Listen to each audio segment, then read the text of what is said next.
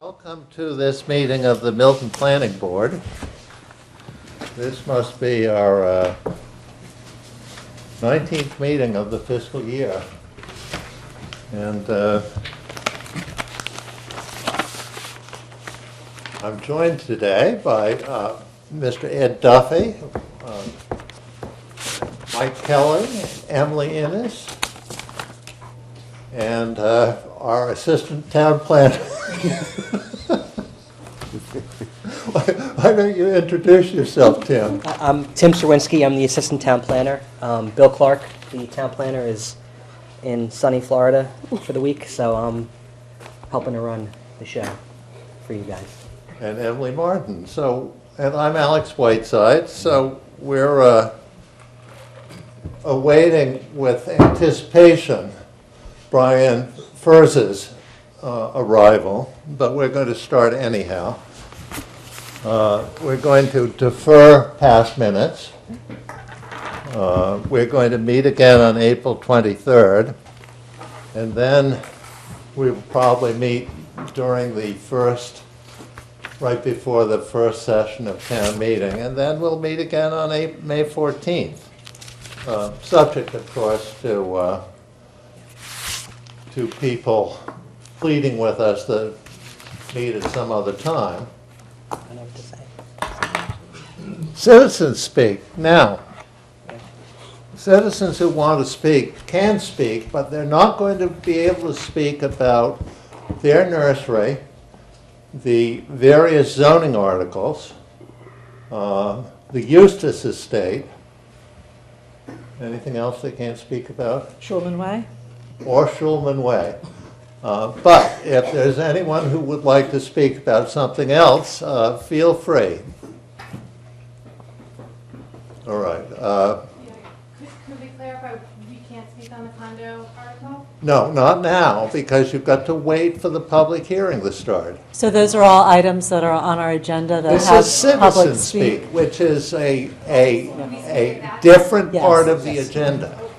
We're going to get to the public hearings, and when the public hearings occur, the public gets to be heard. Are you a citizen who wants to speak about something? I am indeed.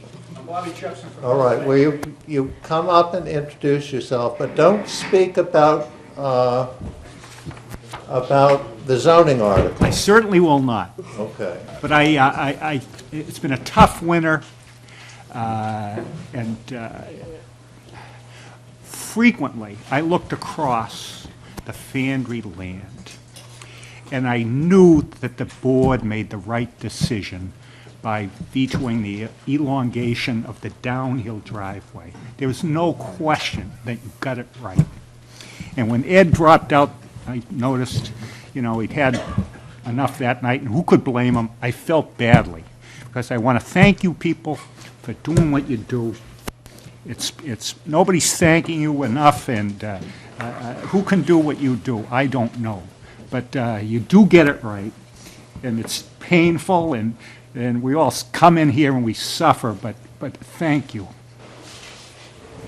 I really appreciate it, and you did the right thing, and so far, so good. Okay. Keep up the good work. Keep talking, Bob. All right, that will do it for citizen speak.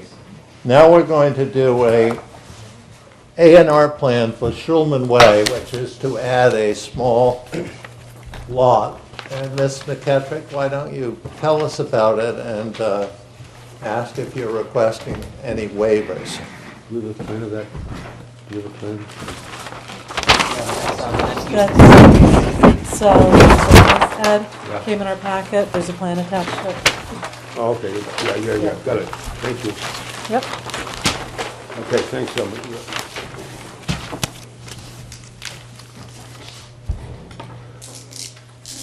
So the board has a large copy of an A&R plan that's been submitted for this evening. And the purpose of this plan is a very simple one. Marvin Gordon wants to convey a small additional parcel, which is called 29M2 on this A&R plan, to the temple. And the purpose of the conveyance is simply to correct the lot line so that it lines up with a stone wall. So if you look on the large plan, you should be able to see, or you may not be able to see it. I don't know what's actually, whether it's shown on this plan, but in any case, yes, it is, although it's, you'll see it better on your plan. There's a stone wall, and when this when this parcel is conveyed to the temple, the property on one side of the stone wall will belong to Marvin Gordon. The property on the other side of the wall will belong to Congregation Beth Shalom. In order to do this, because we're creating a new parcel, I need to record an approval not required plan showing the new parcel and the remaining lot, which is a buildable lot, remains a buildable lot. And we did revise this several times. I believe it has all the notations on it that it should have Oh, on you it now. better go back. Well, take one of these chairs. Excuse me, Marion. Take one of those chairs. Take it back with you. Okay, continue. so So that- you that's want the to get an A&R plan, do you need any waivers? No. Well, this is easy. Everyone understand this deal? So do we have a motion to, I guess we've got to, is Bill coming back on Monday? He'll be back on Thursday, but if all of you sign it, I think that counts. Do we have a Mylar? There's a Mylar underneath that, and there's a Okay. special marker. Well, for this is good. All right. Okay, well, wait, let's see if we can authorize ourselves to endorse this plan as not requiring subdivision approval. I move that the planning board endorse this plan as not requiring subdivision approval. Second. Okay, discussion, all in favor? Aye. I have a question, though. Yes, what's the question? Marion, perhaps you or somebody else can tell me who Schulman was, or is. Schulman, what does that mean? It's a family name, Marvin's mother's family name, and one of the reasons that Marvin Gordon wanted to donate this land for this purpose was that he felt this was land that had come by way of his mother's family, and he felt that this is something that she would have wanted to do. It was a purpose that she would have wanted the land used for, and he thought that it would be appropriate to name the site Schulman Way for that reason. Maybe if people can just come around so we don't have to.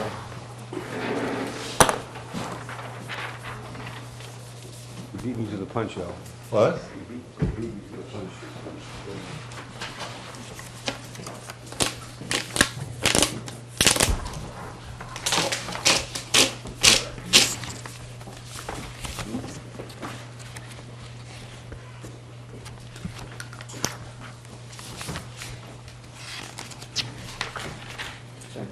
All right. Let's just hope the rest of the evening goes this easily. All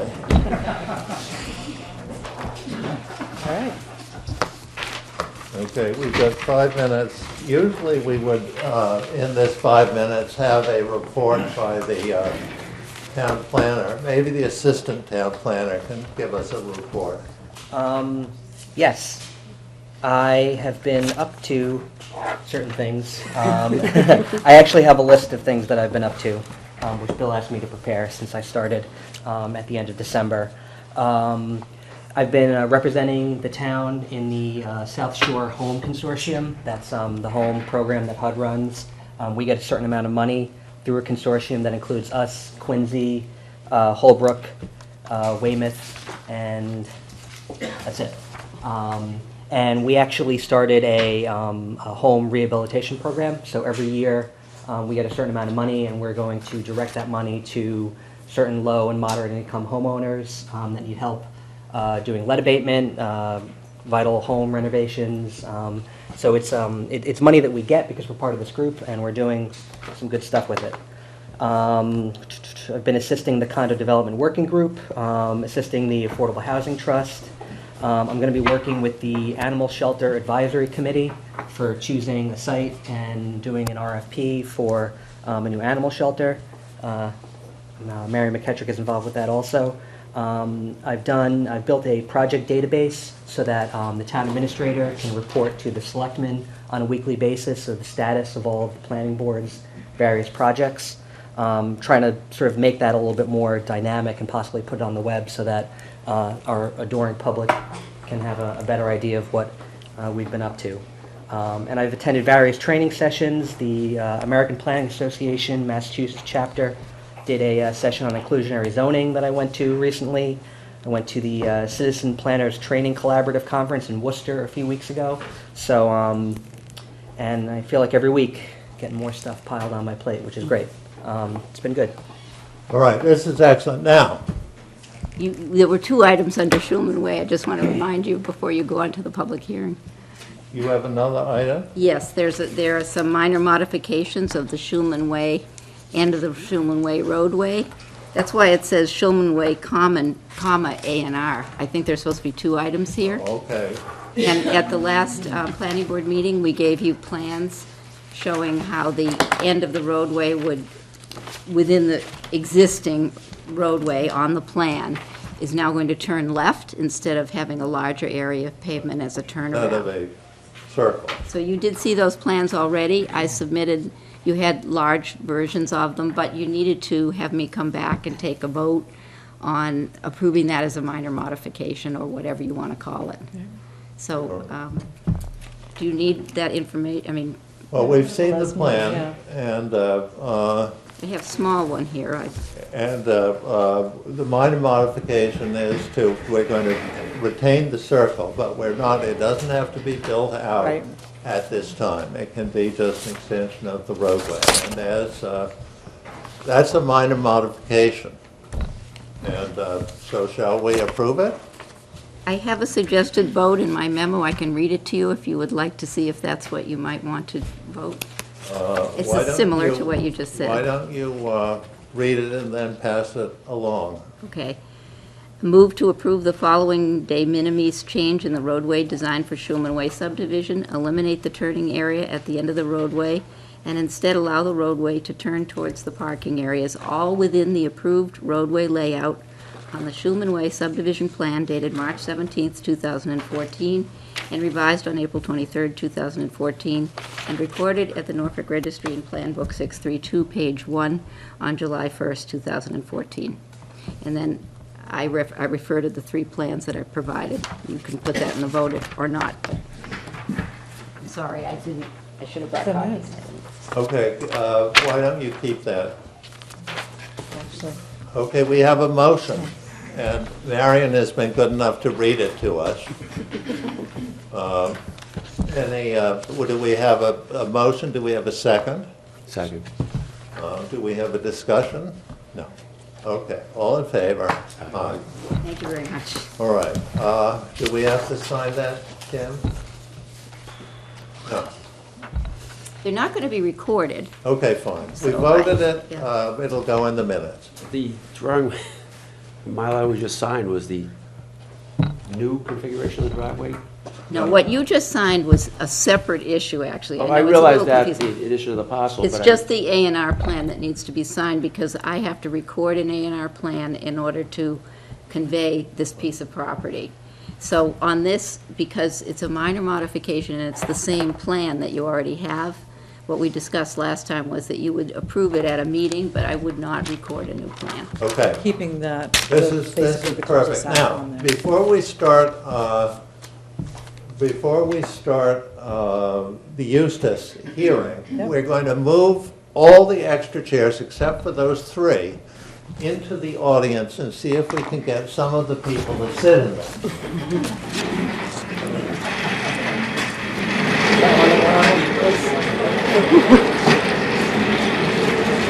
That's fine, but that's fine. That's Brian. Yeah, I don't want to do that. That would be, That was a nice move. okay, we're having a scenic road hearing with respect to the Eustace property, and it's somewhere on Canton Avenue, but this doesn't have the number. Yes, 1424, 1426 Canton Avenue. Okay. Now, Mr. Sheffield, we are being televised and recorded, so be careful. I'm Attorney Bob Sheffield, and I'm very, very pleased to represent Historic New England, who acquired the Eustis Estate, and it also owns and manages 36 other historic properties in the New England area. With me tonight is Diane Vieira, who is the Executive Vice President and Chief Operating Officer of Historic New England. I also have Ben Havlick, who is a Preservation Specialist for Historic New England. I have Enzo Scalara, Principal of VSL Consulting, and Skip Burke from Richard Burke Associates, the landscape architects. And I will ask Skip to indicate why, or what will be necessary to be done with the driveway entrance. However, I'm looking for our tree warden to join you as this is a combined hearing of the planning board and the tree warden. Branch?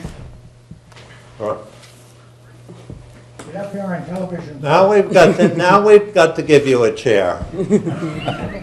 Take one of those. Take one of those back there. Sit next to I him. would like, if possible, for you to perform your part of the hearing first before we do my part. Okay, maybe you should come up here and sit at the head. Gosh. Since this is, after all, your hearing.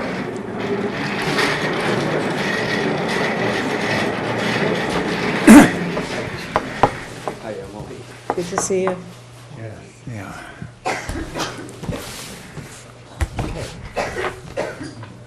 And why don't you introduce yourself, Branch? Oh, my name is Branch Lane, and I'm your town's tree warden. And this is a joint hearing between you and the planning board Right. and the Eustis Estate. Right.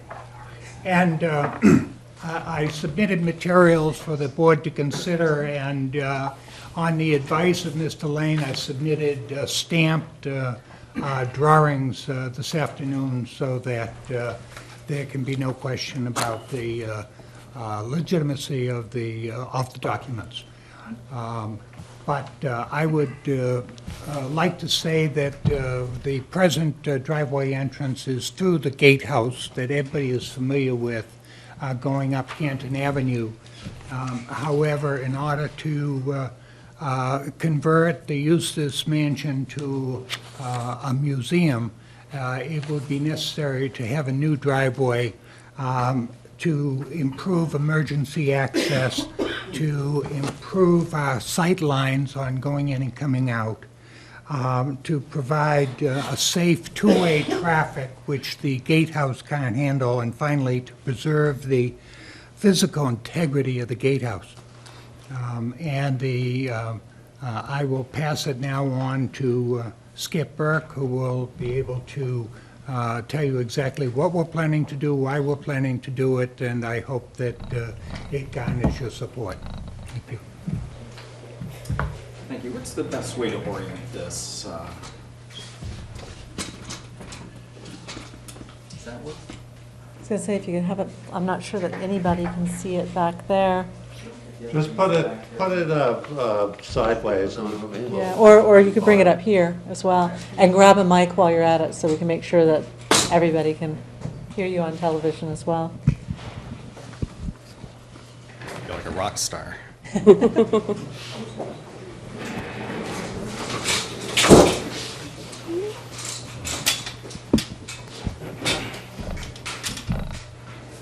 You can come right into the center of the room.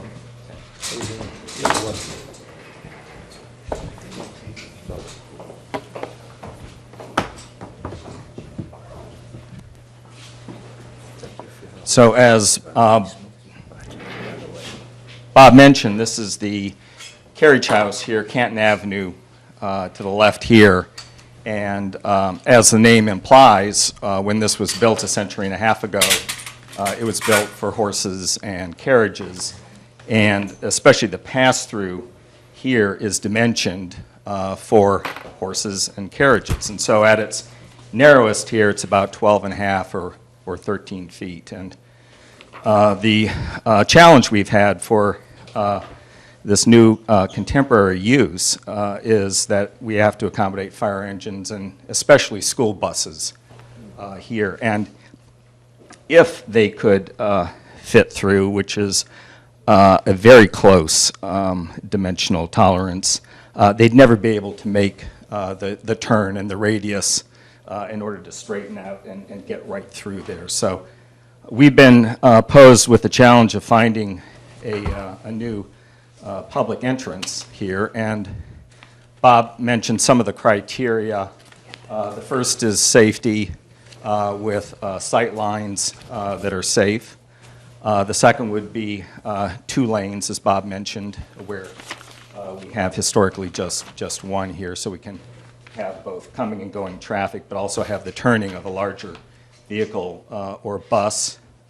Also, this is for historic New England, who are in the business of conserving buildings and landscapes, so we want to do it with as light a hand as possible, with as little disturbance to the landscape as possible.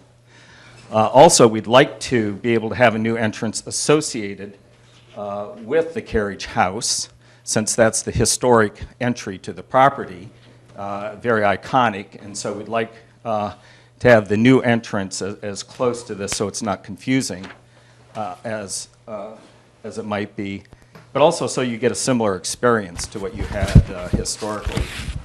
And lastly, if you've ever been on foot around here, the alignment of this portal points right to the main house. So it's really a very interesting sort of poetic relationship between this as you'd enter and look at the main house and then turn away and enter in a more circuitous drive. And so we wanted to also offer that opportunity to come off of Canton Avenue and have that first glimpse of the main house before you continue. So those are all the criteria. And this proposed entrance over here, just to the south of the carriage house, actually complies with all of those. The sight lines are very similar to what they are here, both north and south. We have the 2 lanes here. It's almost no grading in this area at all. This is all on pretty much the same level, as is not the case up here, where it's a couple feet, maybe 3 feet higher here. And we're directly associated with the carriage house, and we have that view I mentioned. And so we feel very comfortable with this as a entry proposal. In realizing this, there's approximately 62 or so feet of stone wall we'd have to take down that goes across this area right now, and we take about 12 feet of that. And when I say stone wall, most of the stones are single stones. There are a couple that are stacked one on top of another, but mostly they're single stones that march along here. But we would reuse approximately 12 linear feet of that 62 in creating a new radius here, like they have with the historic radius that turn into the existing entry. The other 50 feet we would stockpile on site to use in other situations as needed. But all that wall is just inside private property here. And also there are 3 trees that we've looked at that are over 4-inch caliber in this area, also on private property, but they would have to be taken out to allow the radius here as well. And I think with that, that's it. Thank you. Take questions? Does the board have questions? Do the people in the audience have questions? Yes. Not a question so much as a comment, if I may. Come on up and introduce yourself, Steve.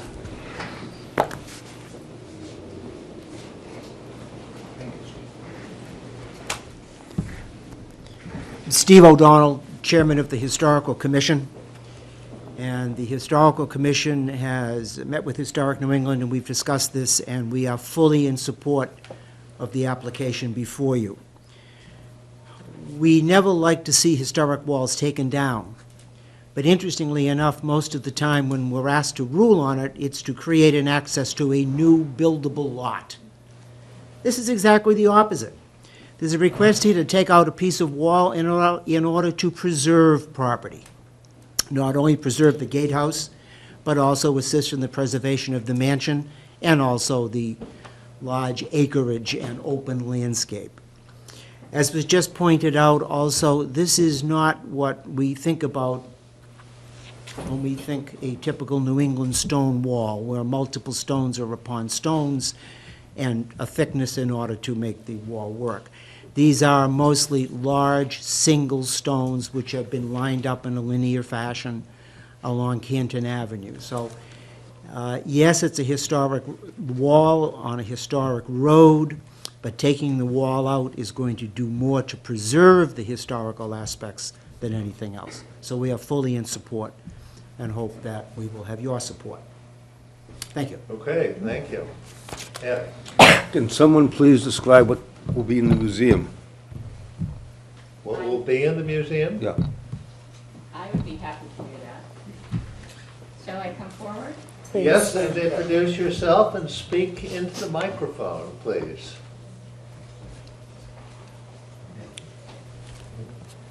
Good evening, everyone.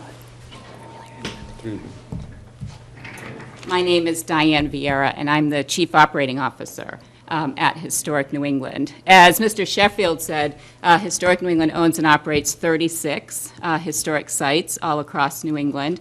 We're delighted that the Eustis Estate will become our 37th. It's really an amazing property. If you haven't been there, we welcome the entire community to come when we're able to open it to the public. It will be a house museum, meaning that we will have guided tours of the building itself. We will also be preserving the landscape. The physical landscape of this property is amazing. It will definitely be a part of the program.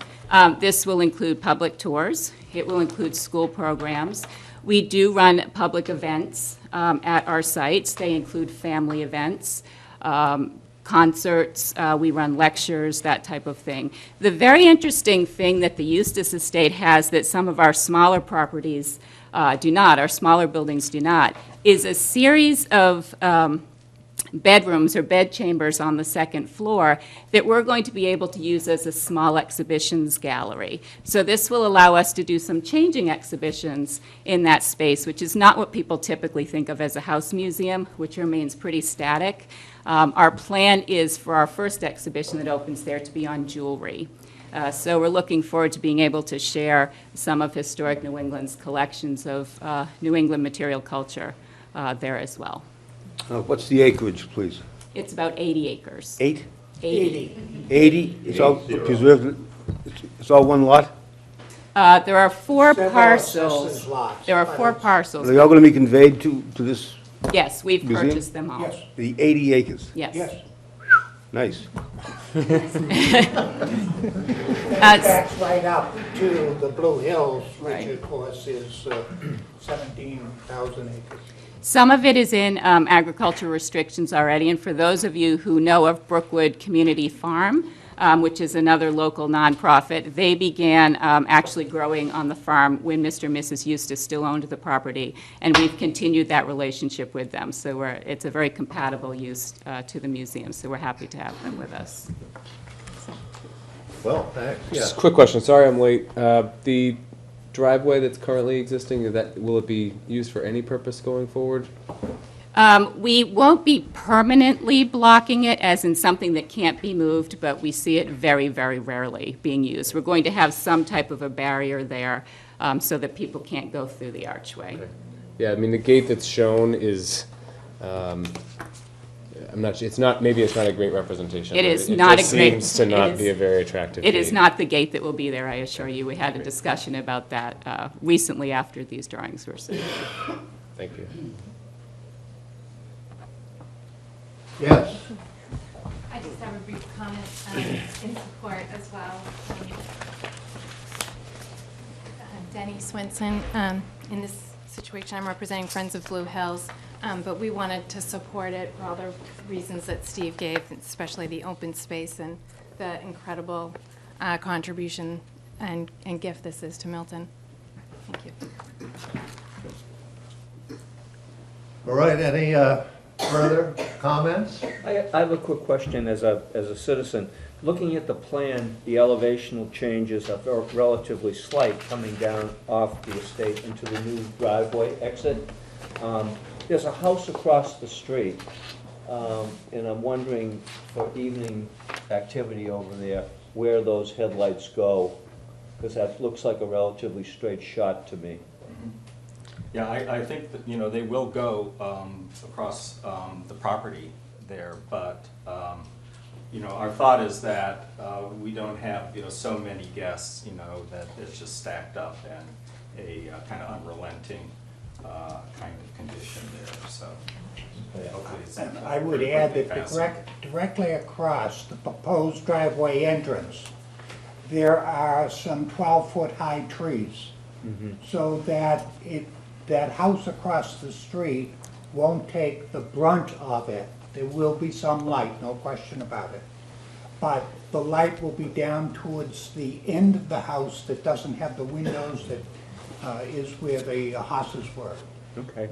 So that we took that into consideration, and it's not going to eliminate all light, but it was factored in the locating of the driveway.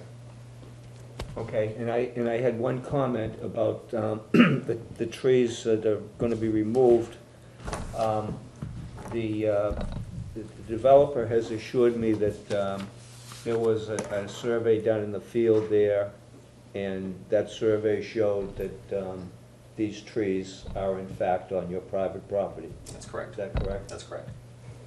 The trees are behind the wall, and the wall is actually on private property too, so they're layered back there. Right, but somebody did go out there in the field and did Oh, yeah. measure and benchmark. Yeah, the civil engineer right here.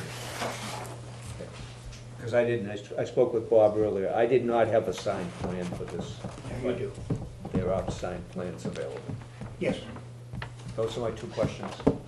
On the stone wall, on the larger part of the gatehouse, you have a stone wall coming up, coming into a radius into the current driveway, and then you have a gap, the stone wall beginning, a curve, and then going forward, and that's where you're going to break in.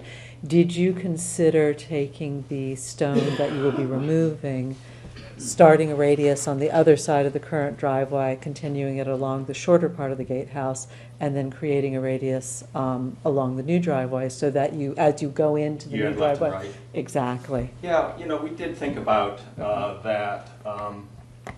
It wouldn't be original to the property. True, That's probably yes. our biggest concern. Okay. And secondarily, I was concerned that it would just look like a fragment of a wall where the other walls, left and right, are very, you know, they're long, they're continuous.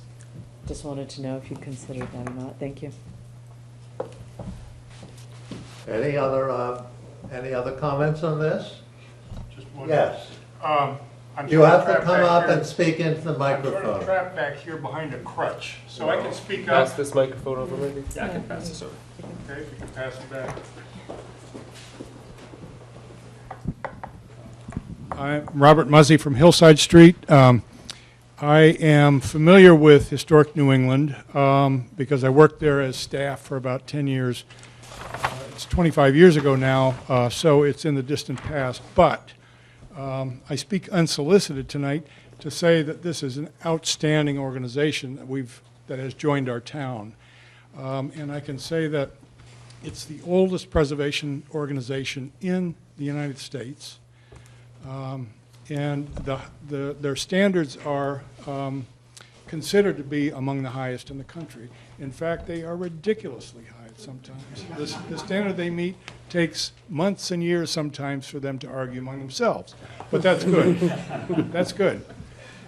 So I think we should all be comfortable that the rigorous process they've gone through to arrive at their approaches here will serve the town well. All right. I think that sums it up pretty well. Did we look at the flow of water coming down the driveway? Crossing the street and the other property across the street? You want to address It looks like there's a catch basin there. I was wondering if you want me to trench drain. Hi, I'm Steve Garvin. I'm a professional engineer from Samiotis Consultants, and we have considered and put in a curb system to allow for it to be captured on the side as opposed to a trench drain. We do find catch basin at 24-inch grade will do better than a trench drain, sometimes hydraulically jumping it. We have also filed with conservation where that is in a buffer zone and have illustrated drainage-wise how it works and is improved.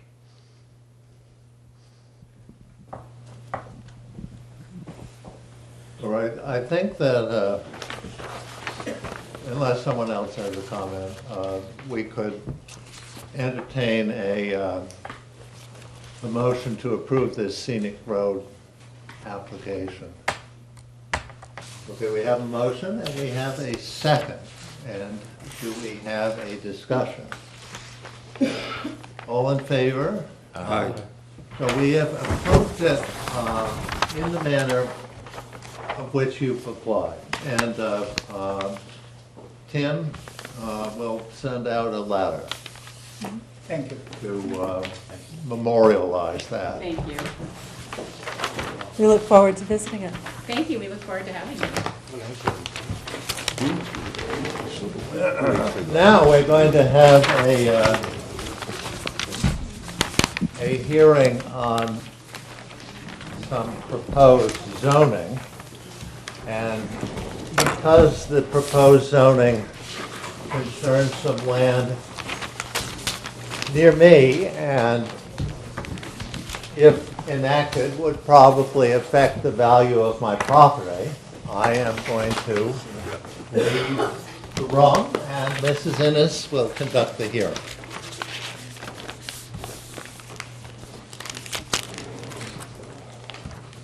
So we are opening a continued hearing on an article that is in front of town meeting for this May's annual town meeting.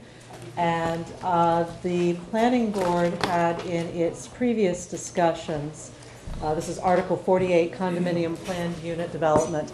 In its previous discussions had felt that the article that's being presented to town meeting in the warrant is not an article that we can support as it is written, and we were prepared to request that it be returned to the planning board for further study and to be brought to town meeting again in October.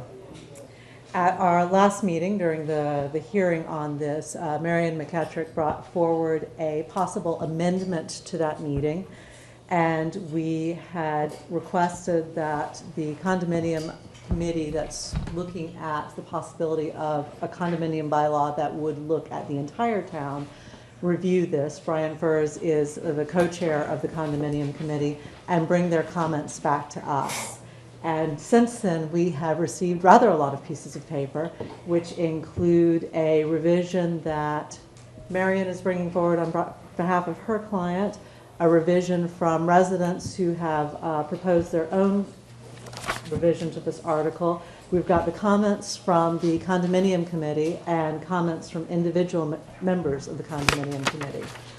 So what we're going to do tonight is I'm going to have each group briefly state where they are and talk about their different proposals and the comments.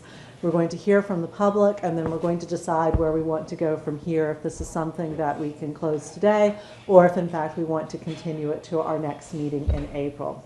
So since Marion McKettrick presented hers first, I'm going to this time let the residents come forward first. I'm then going to ask Marion to present her responses to those, and then Brian, ask you to respond as to what the condominium committee has said, and then we'll ask for public comment. So that's where we are at the moment. Is there somebody from the residents group who's been involved in preparing the amendment who wishes to present it? Yes. Yes. How do you define the residents group? Well, there's a group of people who came together to present a specific amendment.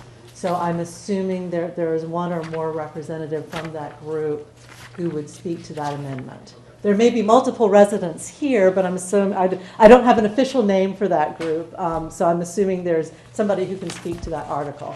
But we are looking forward to hearing from everybody who wishes to speak tonight. So I see movement.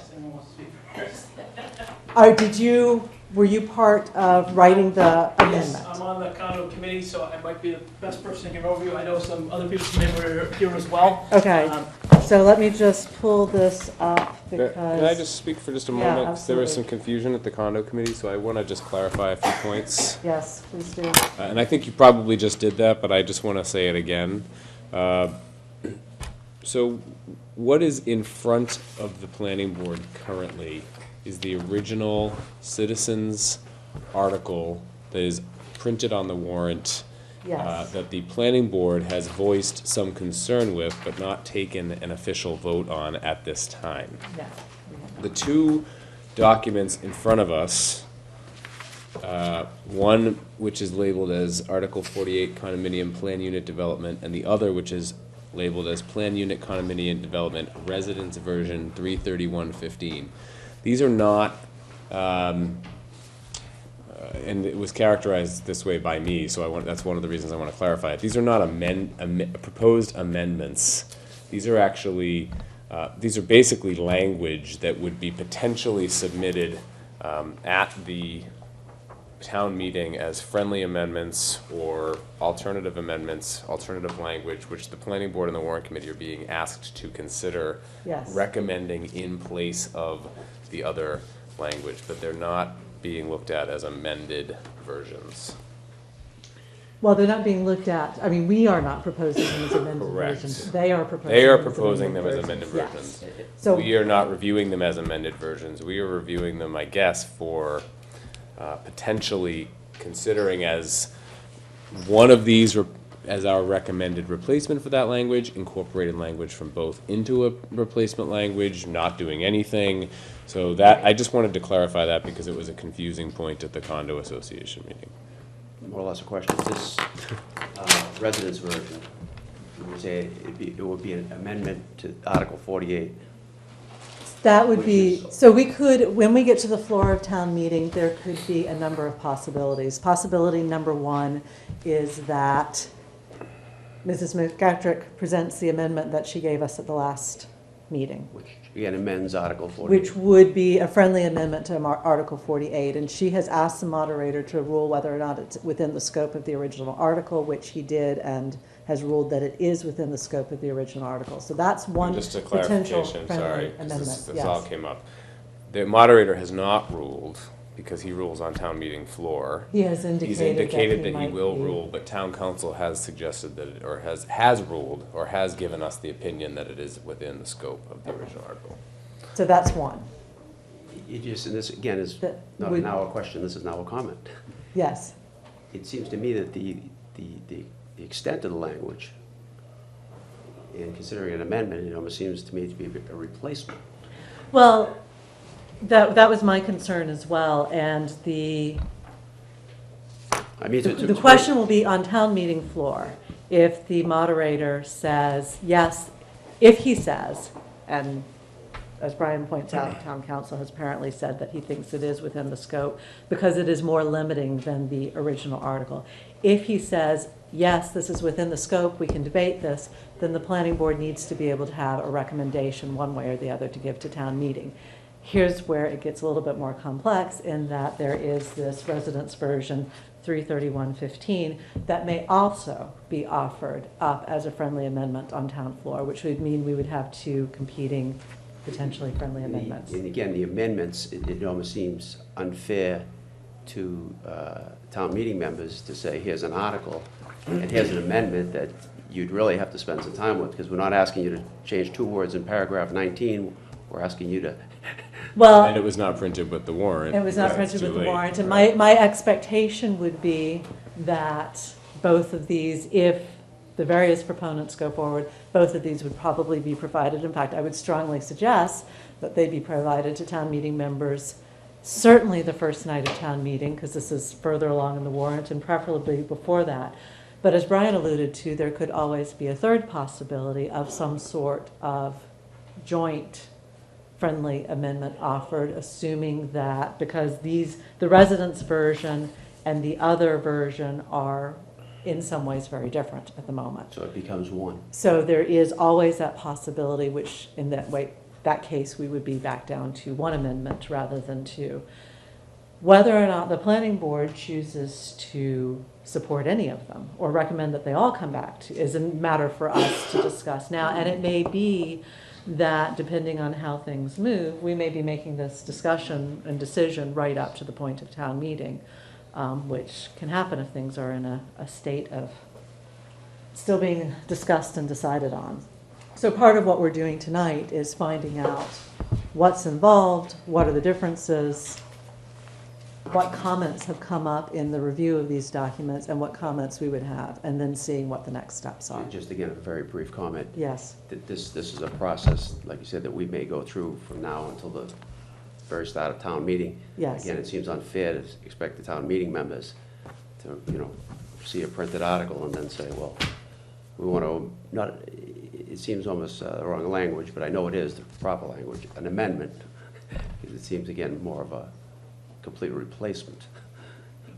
It is significantly, certainly both of them are significantly different from the original citizens article, yes. And I would expect town meeting members to comment on that when we get to town meeting. So for the, yes, and thank you for clarifying. It's helpful to know what was found confusing. For the residence version 33115, are you one of the writers of that? Yes. Okay. In that case, please introduce yourself for the cameras. Yeah, okay, so I'll introduce myself first. Eric Shipshelowitz from 132 Ford Ranch Road. Okay. I am an abutter to the parcel that is the focus of this zoning bylaw. I am a member on the condo committee as the representative of the Hillside Neighborhood Association. I am a director of Scott's Woods Protection Fund, which was an organization established by the neighborhood to ensure that whatever development was reached for this site was appropriate to the neighborhood and done responsibly. I think that about covers the scope of it. Okay.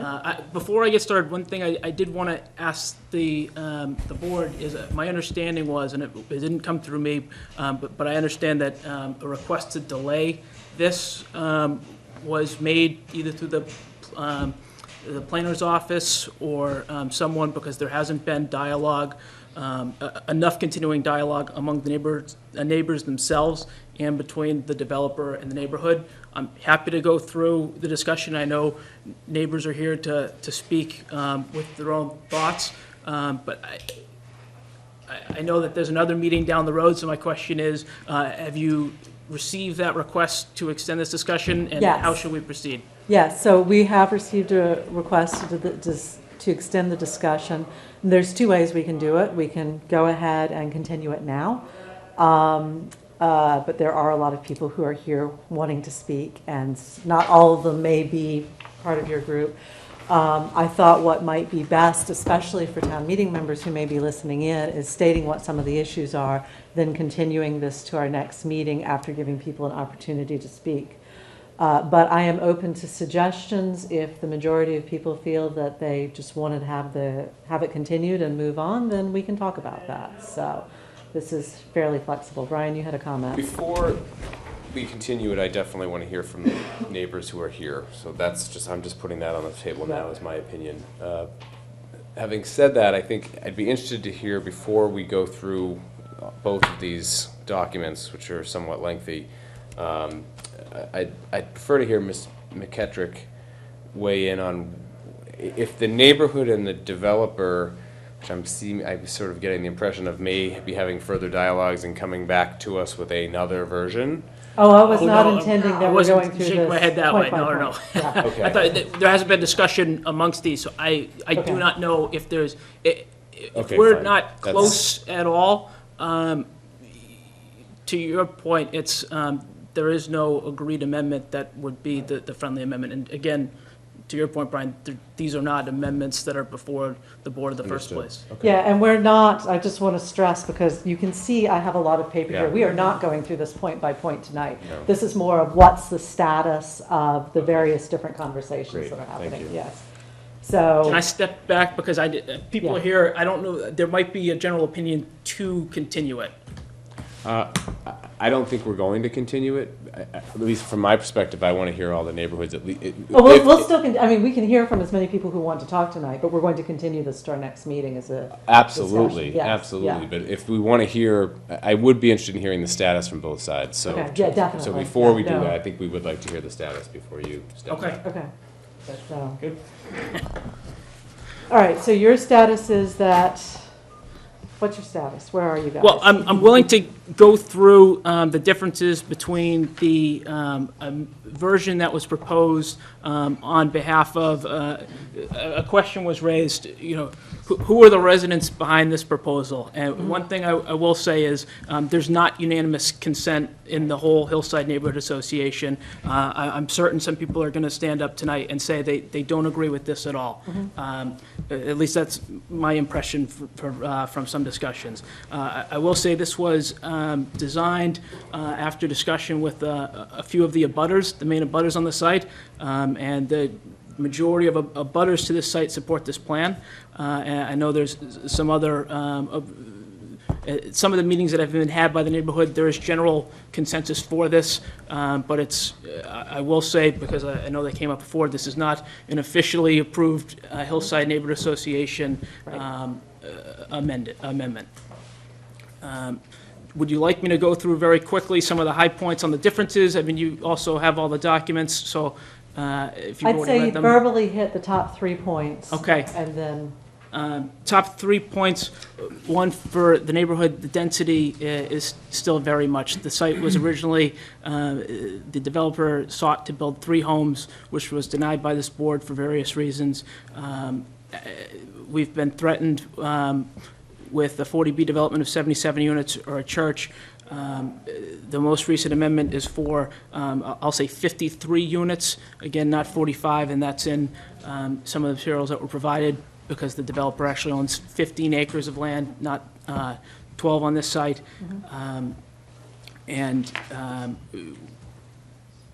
We feel that, I feel that 24 units, 22 of market rate and 2 of affordable could be designed in a way that minimizes the impact on the site.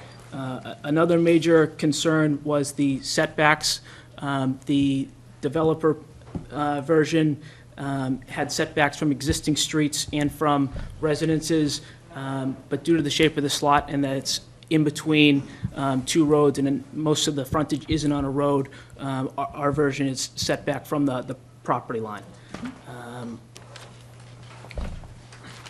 I guess a third, although it wasn't increased substantially in our version, was the open space requirement, which in the developer's version was proposed for 30% of the site.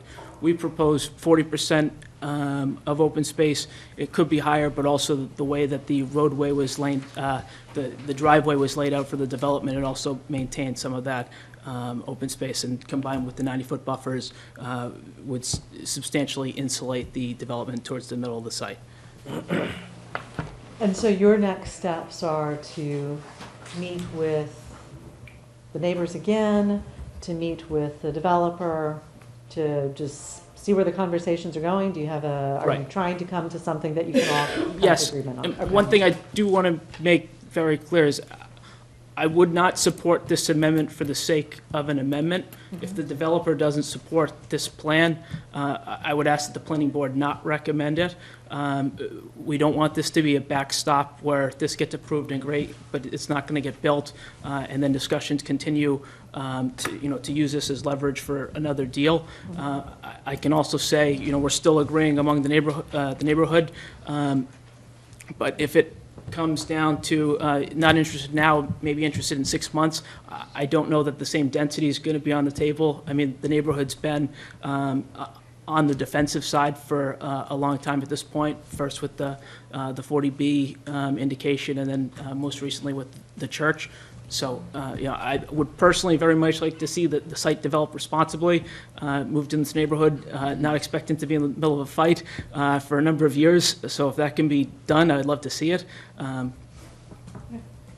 Sounds good, so thank you So, very much. before he leaves, I don't think he answered the question, just what the next step is. So, are you meeting with, and you don't have to disclose this, I suppose, but are you meeting with the developer? Do you have neighborhood meetings set up? What's the timeline? Because all of that's going to be very relevant. We're at April 9th right now. Town meeting is, I think, May 9th? Or it's Earlier than that. First It's Monday, 7th? May 7th, Yeah. so we'll probably be talking about this on May 9th. So, I mean, I think we're clearly running out of time. So I guess we're just we're trying to figure out where to go here.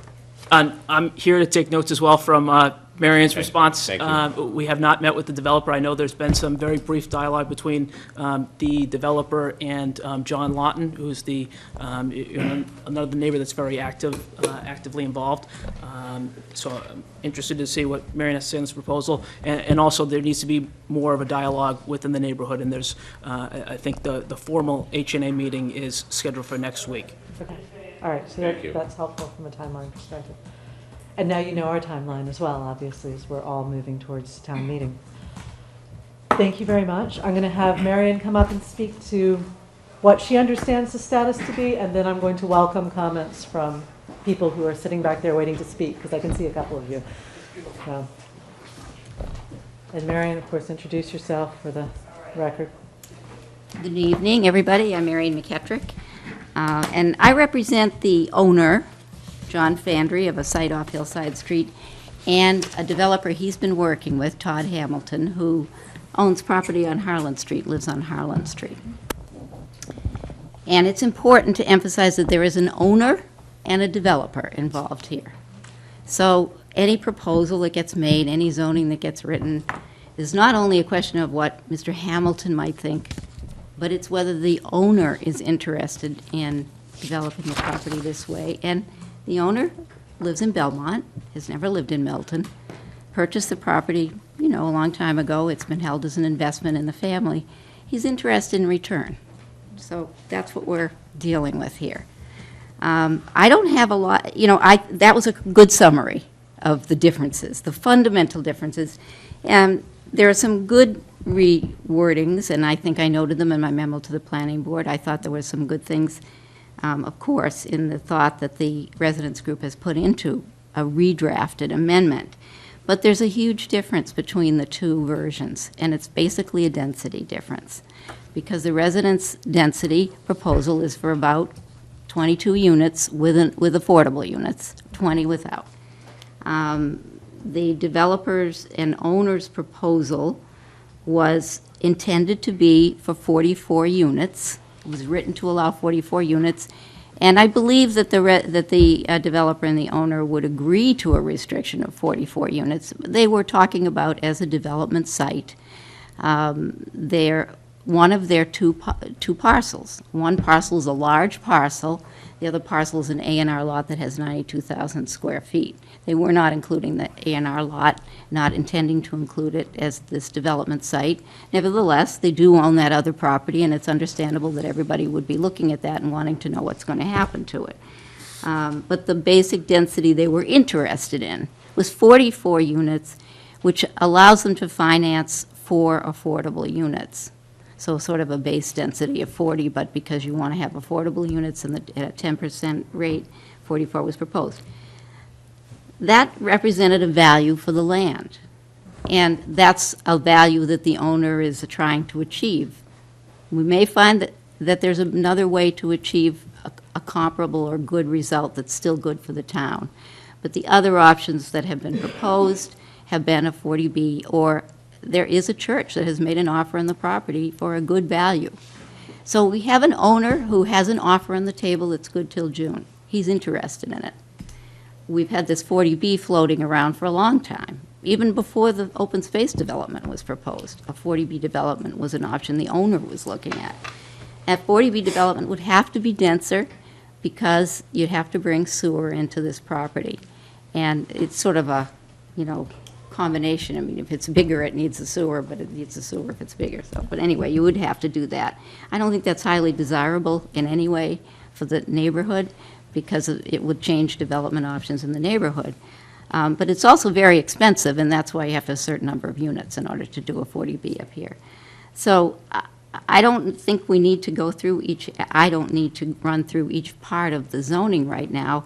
The basic differences are the setback and the open space impact the density equation. To the extent that different setbacks or different open space make it impossible to create 40 to 44 units, then right now, the message I've been asked to convey to the planning board is that the owner and the developer are not interested in zoning that would be at that reduced level of density. That's what they're saying right now, and that's pretty much all they've asked me to say, except that they said that, you know, they would welcome some additional time. Time is very tight, but additional time to discuss with everyone, all residents, but particularly the Hillside Street neighborhood residents, what kinds of options are available, and, you know, can we come up with a better proposal at this time? So I would encourage the planning board at the end of the discussion, after they hear from everyone tonight, to postpone an actual vote, if they can, until April 23rd or whatever your next meeting is. Okay. I have a question. Yeah. Mike, do you want to go first? No. Okay. This may, again, be a question that you don't want to answer or can't answer, but I feel like it's an answer or a question that's been circling around the project for a long time. And I think many people know the history of this project, that this land, I believe under the same ownership and developer, came forward to build 3 homes on this site. That was rejected, and it's sort of gone from there. So I guess something that might be helpful in moving the dialogue along would be understanding you've suggested that the requirement to build 44 units is really stemming from that 4%, that 10% affordability requirement. But obviously the delta between 3 homes and 44 condos is a pretty big delta. Mm-hmm. So I guess it would be helpful for this board and for the community, particularly the neighborhood, I think, to understand why the delta is necessary in order to make this a financially and economically feasible site. So that's just maybe something that you want to bring to the conversation at some point, because I think that's clearly that, as you've pointed out, as Eric's pointed out, that's the density's the rub, and I think some of that we've gone from 3 homes. We've heard 8 homes from the neighborhood, and you know, there's been buzz about it in the press. We're hearing 44 now, we're hearing 22. There's a lot of numbers here. What's really feasible, I think, is a big question. I think you're right. I mean, I could certainly give you a long answer, but I'd like to give you a short answer. Sure. And I'd like to go back before the 3-lot open space development to say, I wasn't involved, but this is the history as it's been explained to me. The owner had informal discussions, or tried to, with some neighbors, but didn't really make a lot of progress. Mm-hmm. He was really poised to do a 40B development, or to try to do one, when a local engineer became involved because he was surveying the property and suggested that this looked like a site that might be able to be used under this special bylaw the town has, this open space development bylaw. And he wanted a local developer to work with the owner, so that's how Todd Hamilton got involved. And it was a job convincing the owner to undertake the proposal for the three-lot development, because it was only 3 lots. There are 15 acres on this site, and even under AA zoning, you can make more than 3 lots out of this land. So they were going to get less profit from the land if they did the 3-lot development, but the proposal was given to them on the understanding that it would be a quick approval and that everyone would support it. And it just didn't turn out that way. That's the way these things go. So they thought they could get, a couple of months, get an approval, go ahead, get some money from the property. It would all be done, like that. The estate or the heirs would get some money from this. And nothing has happened. So that went to an appeal. They undertook to do an A&R lot, starting to do just 1 lot. That's been appealed. So everything has kind of been stuck. And it's not just stuck. I mean, a lot of money gets spent in the course of doing appeals, developing alternative engineering plans. And so the more time goes on and money gets spent looking at other options, the more the owner wants to get a better return. So that's what's pushing us in the direction of higher density. But remember, higher density was contemplated before the 3-lot development was ever proposed. And so it was never out of the mind of the owner, as far as I can tell.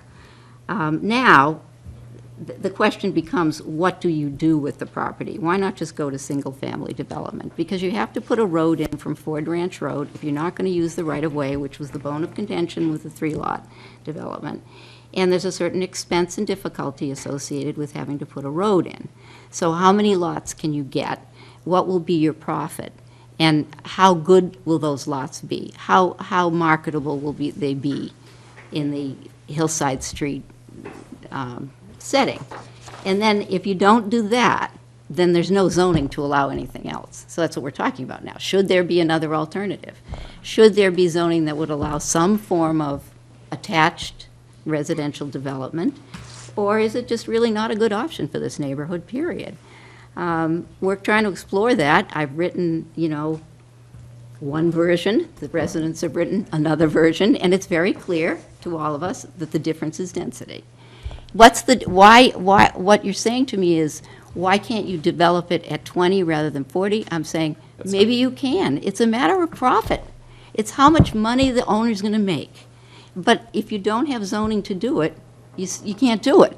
So it's not profit in the hand, but it's potential profit.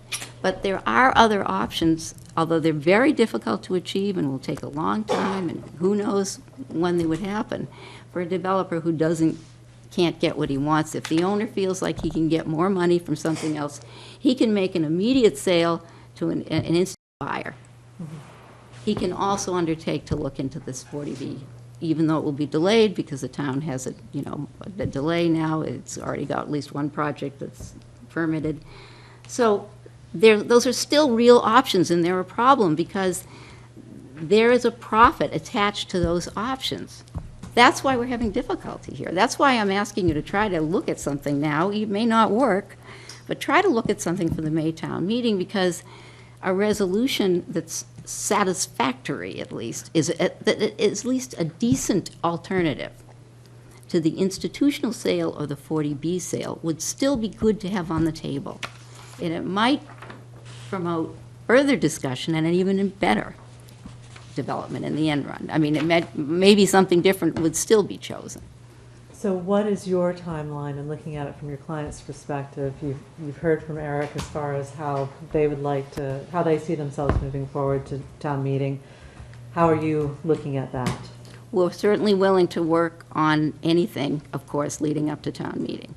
There is a June deadline on the sale to the church. That's why I'm talking about this now. I know the condominium working group wants to try to see if they can come up with some kind of zoning for October. I don't know whether that would even apply to this area, or whether it would, we'd have the same problem, basically, trying to come up with a proposal there. But there is this June deadline, and that's the problem that I'm presenting to you. I want you to be aware of it. You may not be able to do much about it, but you need to be aware of it. Okay. Mike, Eddie, do you have any questions? I just lost track of that last comment. What is the June deadline? A church has made an offer on the property. It's good until June. Okay. And is there a commitment on the part of the developer to meet with anyone that wants to meet with them at this point? Sure. Great, thank you. Thank you very much, Marion.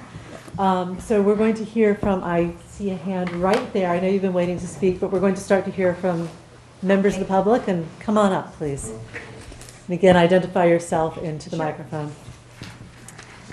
Hi, I'm Judy George. I live at 52 Ford Ranch Road, which is, for me, the project would be in front and right beside my home. The lot that they bought was right next to me. So I'm I've had at least 7 meetings with Mr. Hamilton without lawyers.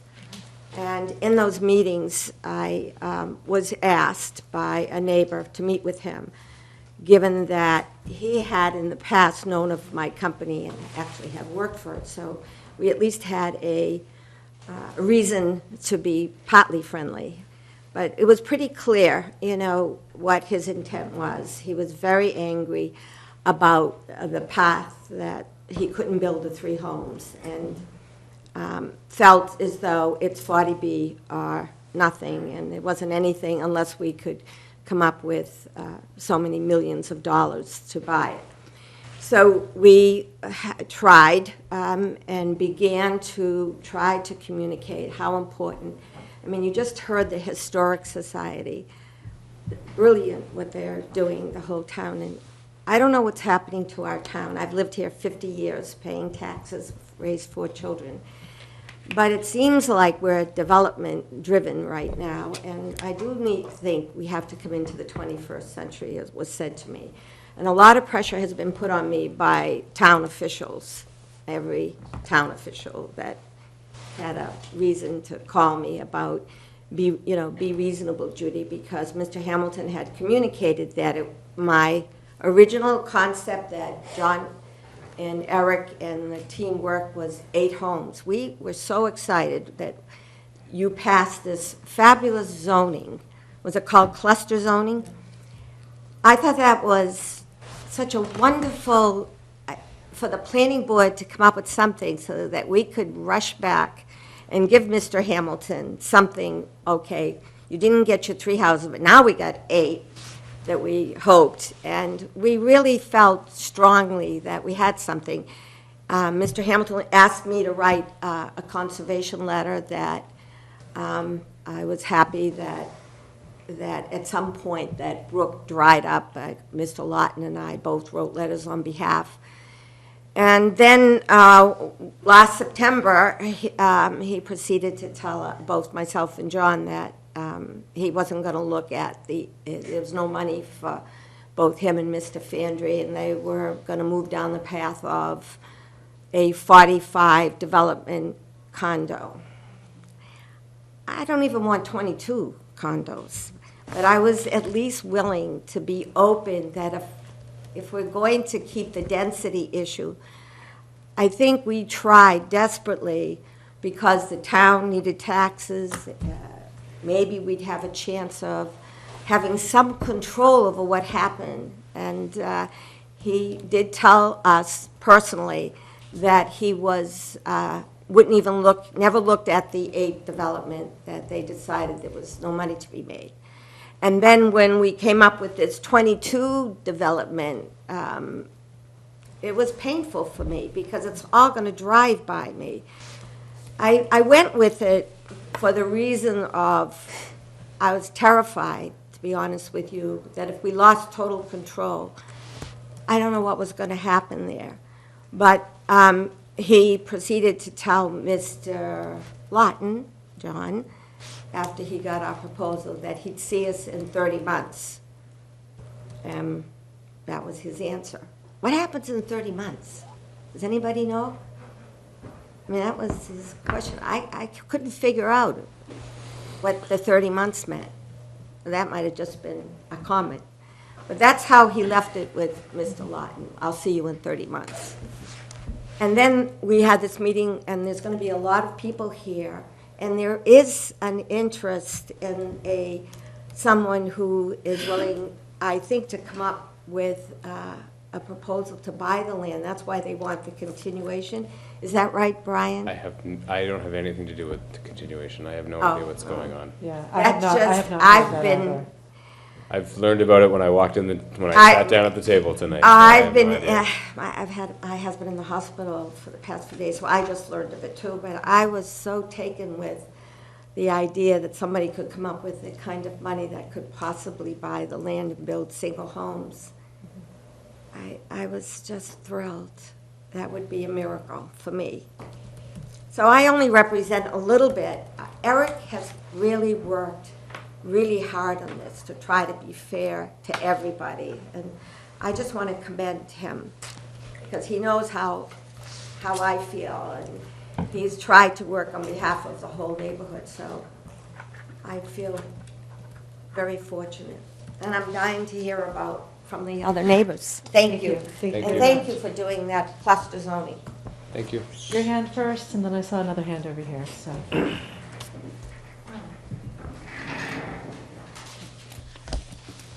I'm here tonight in a number of capacities. You'll just identify yourself for the record. Yeah, oh, sorry. Denny Swenson, 65 Green Street. I'm the president of the Friends of Blue Hills, the president of the Friends of Hemingway Woods. It seems that 3 of the neighborhoods, there are a number of neighborhoods that could be impacted by this, so I'd like to bring that to the table as well.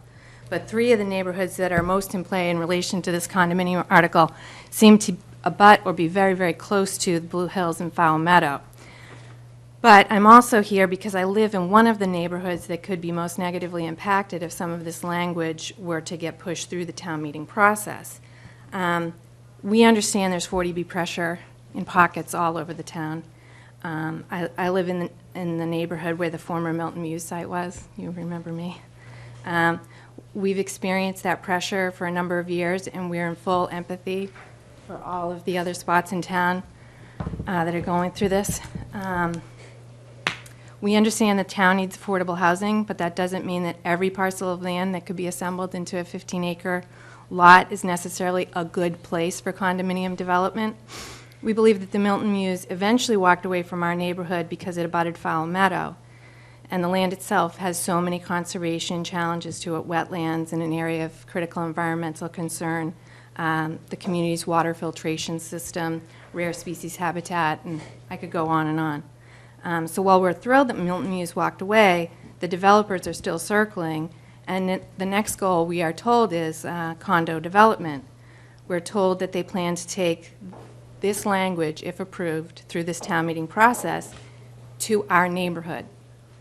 The conservation issues in our neighborhood have not changed, yet we would have to go through the whole process of fighting back overly aggressive development in our neighborhood all over again. Some parcels lend themselves to condo development, and where there is neighborhood support for that, I would support the neighbors on that.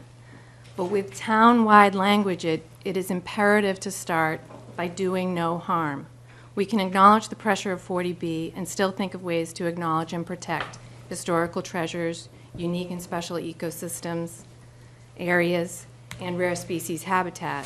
So while we as a town embark on a crusade to make it easier to develop varied types of housing, it's important not to give away the farm to the developers. So if the finalized language requires that, this is just one example, if the finalized language were to require that 50% of the land remain open, I would urge 80% of the land in an area of critical environmental concern be left open. There must be a higher threshold if the land is within an ACEC. Another example would be in Section 6 for determining the number of units. Currently, the formula in the Hillside neighborhood is described as 2 units per non-wetland acre of land. Just like wetland shouldn't be considered buildable, any rare species habitat should not be included in the calculation as if that's buildable land. So protective language needs to be incorporated into any document that goes before town meeting. I've been to the last 2 condo committee meetings, and it is clear to me that the Ford Ranch Road neighborhood off of Hillside is under incredible pressure. My understanding is that Mary McKettrick, who's working for the developer owner that has threatened 40B and the church, has drafted an article and then an amendment to that article, and the neighbors have to come up with a new reversioned article response in a very, very short time window. What they are willing to compromise on while they are under this incredible time pressure and 40B pressure is not a good way to develop language that will apply to every other large parcel of land in the town. It would appear that our town's future condo development is being defined by this one neighborhood that is under stress. So while we all know that 40B gets to wipe out local zoning, now in effect, if we are to go forward with this, we're doing the same thing to ourselves with an overly broad and as yet poorly drafted condo article. This article would leave neighborhoods across the town to fend for themselves against overly aggressive 40B development and now overly aggressive condominium development. I would suggest that we cannot cast away local zoning and decades of natural resource protection in one quick sweep. There are generations of people that have gone before us who protected this area from the highway interstate going through. There are generations before us that registered historic structures and scenic ways. all around us, and there are generations before them from Native American and Paleolithic times that have left amazing resources all around us. This gives us great reason for pause and reflection before taking a sweeping and insufficiently tailored approach to this proposed article. I've provided some suggested language through Tim. We've got it, yes, thank you. Okay, that would be beneficial to the principles that I've described here. These are important not only to our neighborhood, but other neighborhoods and to the town's future generations. Thank you for your time. Thank you very much.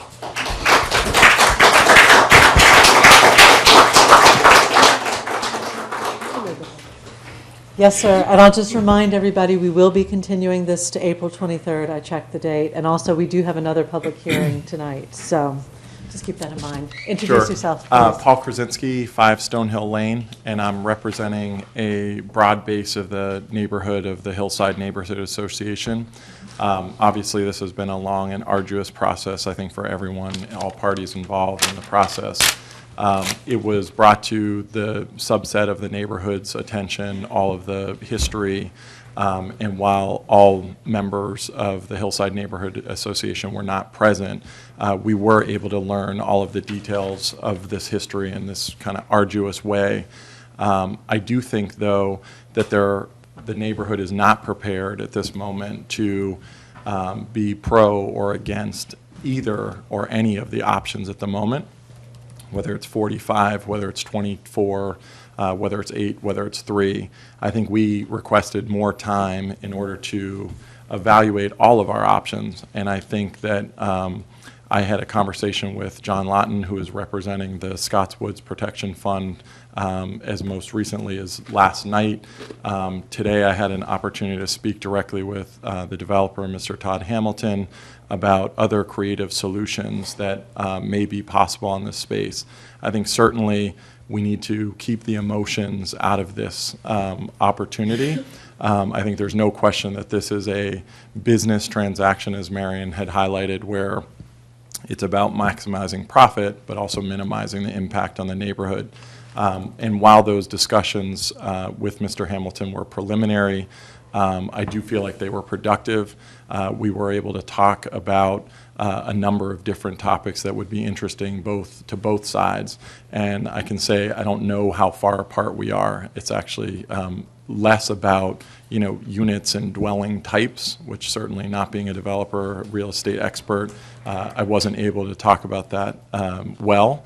But I will tell you that from a business perspective, understanding that there's financial return and there's impact, we were able to discuss that, and we will continue to have those conversations. So from the point of the timeline, I think the neighborhood senses the urgency. I think certainly we want to motivate. I think coming out of the Monday meeting, we highlighted one, the Hillside neighborhood is not anti-development, as though I think we at times get perceived that way. We certainly are for development where there is land and zoning laws that are in discussion and are followed. But that to say, I think we need a little bit more time in order to discuss this a bit further, continue the direct dialogue. Mr. Hamilton has continued to support getting together, having that conversation, and so I would just urge here that we continue this dialogue, which you are saying, till the 23rd, and enable us to look at all of those options, because obviously it's an important decision, not just for the Hillside Neighborhood Association, but for the town of Milton. And I think it will set precedent. So, certainly understanding the business requirements of, the owner and the developer, but also the impact for the Hillside Neighborhood Association. I was actually pleasantly surprised with, the reception thus far and the early conversations. So those will continue. I would think that we will have, more discussions, this week into next week. Certainly knowing that there's a meeting on the 23rd, we want to provide the Hillside Neighborhood Association with a formal brief as a neighborhood, with a formal invite that will go out from our secretary, Robert Musey. That goal is to have that meeting next week where we'll look at all of our options and understand the impacts, the variables, and the coefficients on that at that time. So I just wanted to share with you kind of where we are and what the timing looks like. and that we are in direct conversations with the developer at this time. And I do think there are a number of creative solutions in addition to the great works that the Scotts Woods Protection Fund has done, and John Lawton and Eric and Judy have done a great job coming up with that. But I think that it was ill-advised to commit to any option at this time, given time pressure. But we do sense the urgency. We will turn this around in relative short order and try to give you an update at the 23rd meeting. Hopefully it's, progressing in a direction that we all feel is positive. Great. Thank you. Thank you very much. Does anybody else wish to speak to this tonight? Yes, sir, please come forward.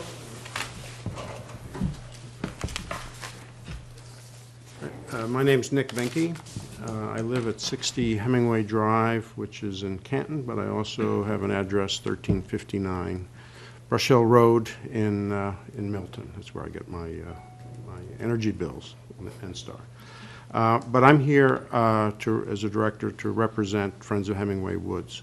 And I just want to explain a little bit what that is. It's a 501c3 corporation that's organized to promote and conserve the natural, scenic, and historical resources of Fowl Meadow, Blue Hill, Little Blue, Hemingway Woods, and Avenue A areas of the towns of Milton and Canton, Massachusetts, to foster the use and enjoyment of these areas and neighborhoods in a manner consistent with the protection and preservation of the environment, to engage in such educational, scientific, and charitable activities as will assist in this preservation. The group has been very active initially with the Milton Muse project, and thanks to this committee, I think, and the town of Milton and the town of Canton, that was successfully thwarted, so thank you for that.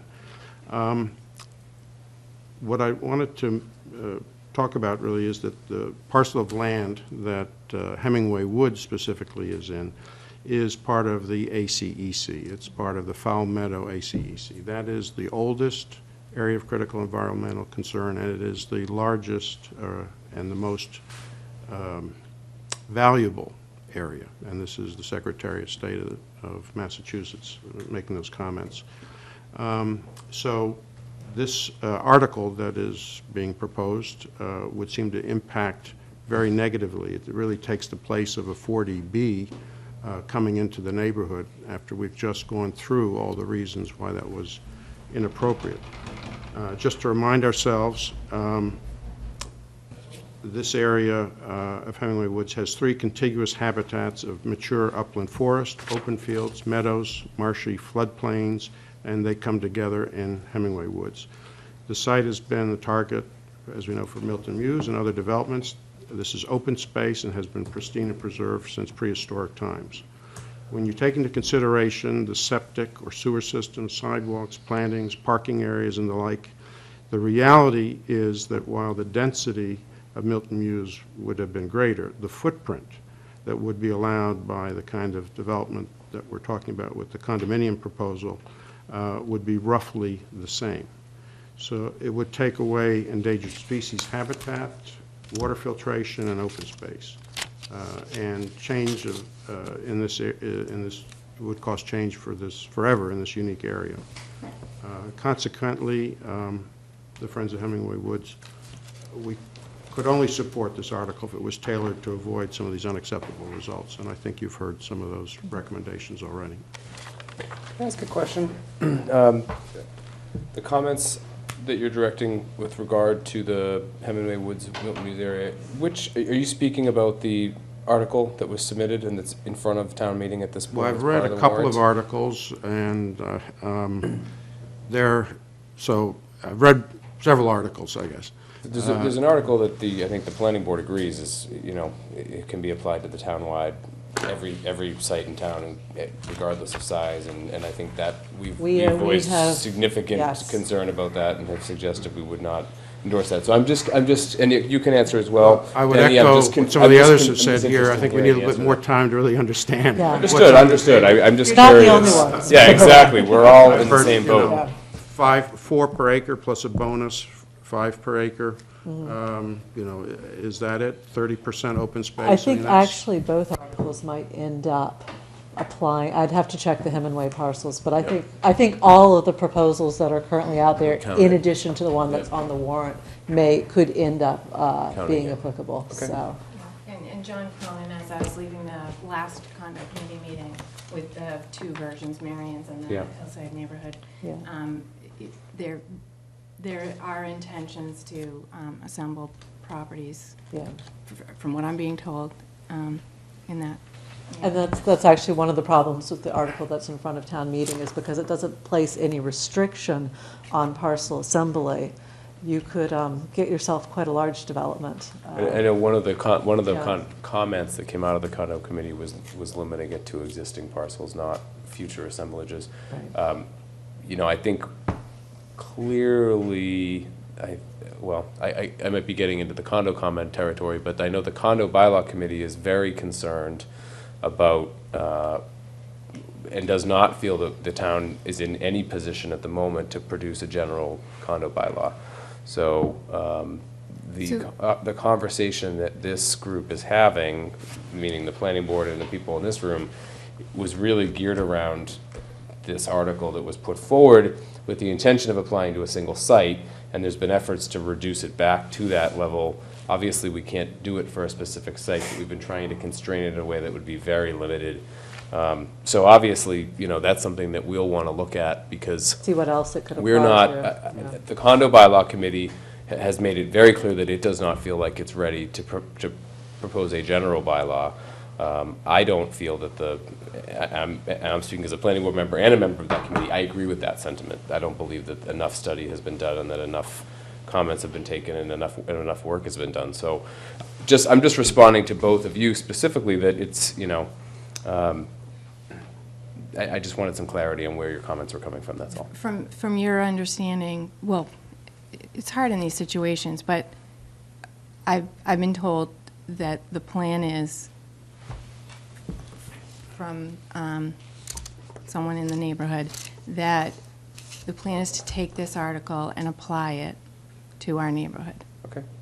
Certainly, if the article that's in front of, the actual article that's in front of town meeting, Article 48, passes, that would be absolutely applicable to your neighborhood, as well as every other neighborhood in Yeah. town. Yeah. We're also talking about the McKetrick amendment or the Hillside proposal. All three. if it- All three. Yeah, I well, understand. that's what I was You've made saying, is that I clear. think those Thank you. also Yeah, you've would made that apply. clear. I'd have to look Yeah. at the square footage, but I think those, given the size of the parcels in your area, I think those would also apply, and your comments especially about the ACEC should certainly be taken into account, given Yeah, and- given the history I of agree with that, Falmouth. Emily. Yeah, I agree with that. absolutely. And just generally, I mean, I think we should be considering that. It would appear that AA zoning would apply, and we would not want that to be taken away from our area after all we've been through. No, your comments, but from both of you, were extremely helpful, and thank you for giving them in written form as The well. only thing I so. wanted to add, and maybe point that out, is that the neighborhood has committed to conservation. The folks there consider themselves real stewards of their properties. There's probably 120 acres or more that is under deed restriction. Some folks are moving to permanent deed restrictions and working with land trust, et cetera. So they're putting this area in perpetuity in conservation, which is really where it should be headed, because it's in the middle of the Blue Hills Reservation, and it's in the most sensitive area. Thank you. Thank you both very much. Anybody else who wishes to speak on this matter? Okay, seeing none, Brian, I'm going to ask you for a quick update on the condo. It's very committee and where quick, you are, Emily. I think and at then we'll this continue. point, I mean, I think that we have, the condo committee has submitted bylaws for everyone to review here. That'll be part of the record that, on the different articles, that there are comments from individual committee members. There is a general summary of where our conversations went. The committee generally, we literally, in our last meeting, went back and forth between the two submitted versions, and made comments on each. In some cases, we actually preferred one over the other. And I think those comments are somewhat self-explanatory. I don't want to spend a lot of time going through them, because it sounds like there may be some More changes, some more to yes, come. exactly. So, needless to say, we did weigh in on it, and I would just reiterate that, you know, the condo committee is very concerned that it is sort of being put into a position where it needs to be making comments on this bylaw in the sense that it doesn't feel like it's prepared to make a general bylaw right now, which was really what it was originally charged Yes. with. Yeah. And so the comments that are coming are specifically coming with some concern about that, and also on the basis that they're really being directed towards a particular site, which is a question of whether or not we can even zone that way. So I think I'll leave it at that, but Okay. Well, our comments are available. I would say thank the members of the Condo Committee on behalf of the Planning Board, because given the fact that you all have been looking at this issue for quite some time, we felt it was important that we get a sense from people who have been exploring this as to what their thoughts would be. Emily, what do we have on the 23rd? I know we have the sign bylaw public hearing. Is that at 6:45?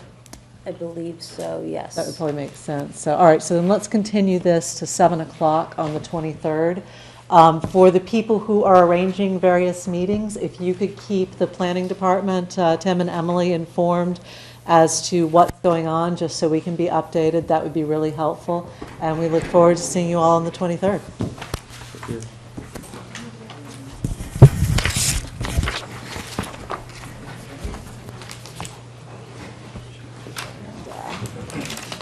Mike, would you mind stepping out and letting Alex know that we're... Thank you. We're going to transition to the public hearing on Thayer. Yeah, well, I should probably tell somebody. Should we pass that Should we along? have announced that? I don't know. Should I? Maybe. Might be useful, I don't know. It is really hot in here. A lot of hot air. All sides. I know, exactly.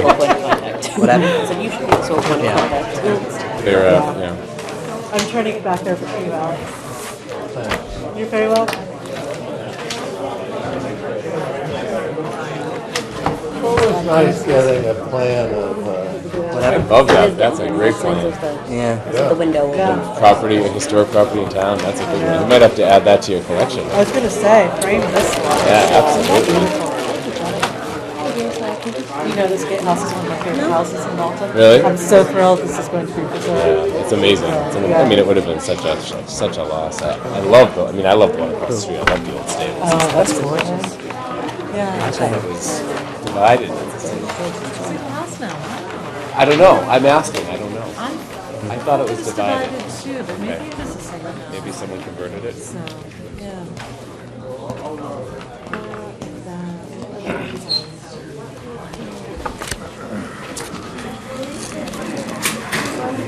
here you are. Yep. Thank you. 2 more sheets of paper. While we're still in a little bit of a transitional period, I have Yes. 2 announcements for the planning board. Oh, okay, good. One is that actually I think this might be Emily Martin's last meeting with us. What? She is taking the place of, the executive secretary to the Board of Selectmen. She'll be starting training on Monday.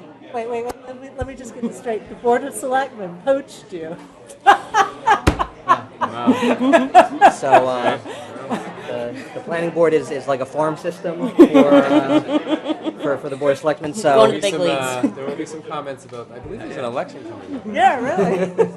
Well, Emily, congratulations. Thank We're you. going to miss you. Congratulations, Emily. I Great think news, that Emily. the selectmen are going to be quite pleased. Yes, I Oh, would yes. say so. But we're going to have words with them. Sorry, Tim. No, Bill already told we need to talk. we will do the necessary. from an administrative perspective, send things to me in the meantime. Okay, fair enough. And so are we preparing an advertisement? Yeah, it was posted today. Internally posted today. Internally, yeah. Okay, And great. you guys still have me. I'm doing about 10 hours a week just to kind of keep things running in the meantime. Thank you. So. Thank you. Great. And then my second announcement is that on April 18th, I think it's April 18th, the Conservation Commission and the Zoning Board of Appeals is doing a joint site walk of the 711 Randolph Ave 40B site. Okay. I think they're meeting in the DPW yard at 8 a.m., but I can send out a absolutely certain schedule on that. Perfect, please do, yeah. Date on that, Tim, please. April 18th, it's Saturday, so a week from this coming Saturday. 8 o'clock in the morning? 8 o'clock in the morning. DPW. I can assure you. I will Yeah, not be but spending it. I'll confirm the time and date and send it out. Okay, we're going to start the Thayer Nursery continued hearing. And, Mr. Corcoran, we seem to have a request for an amendment to the application. Is that correct? You want us to approve a amended application? Yes, we filed. Could I speak for Matt Dunn, simply because... Yes, you may. As soon as he finishes, we will recognize you. We're going to go through all of this when we don't even agree that it's appropriate? We'll just listen to Mr. Corcoran, and then we will hear you. How about that?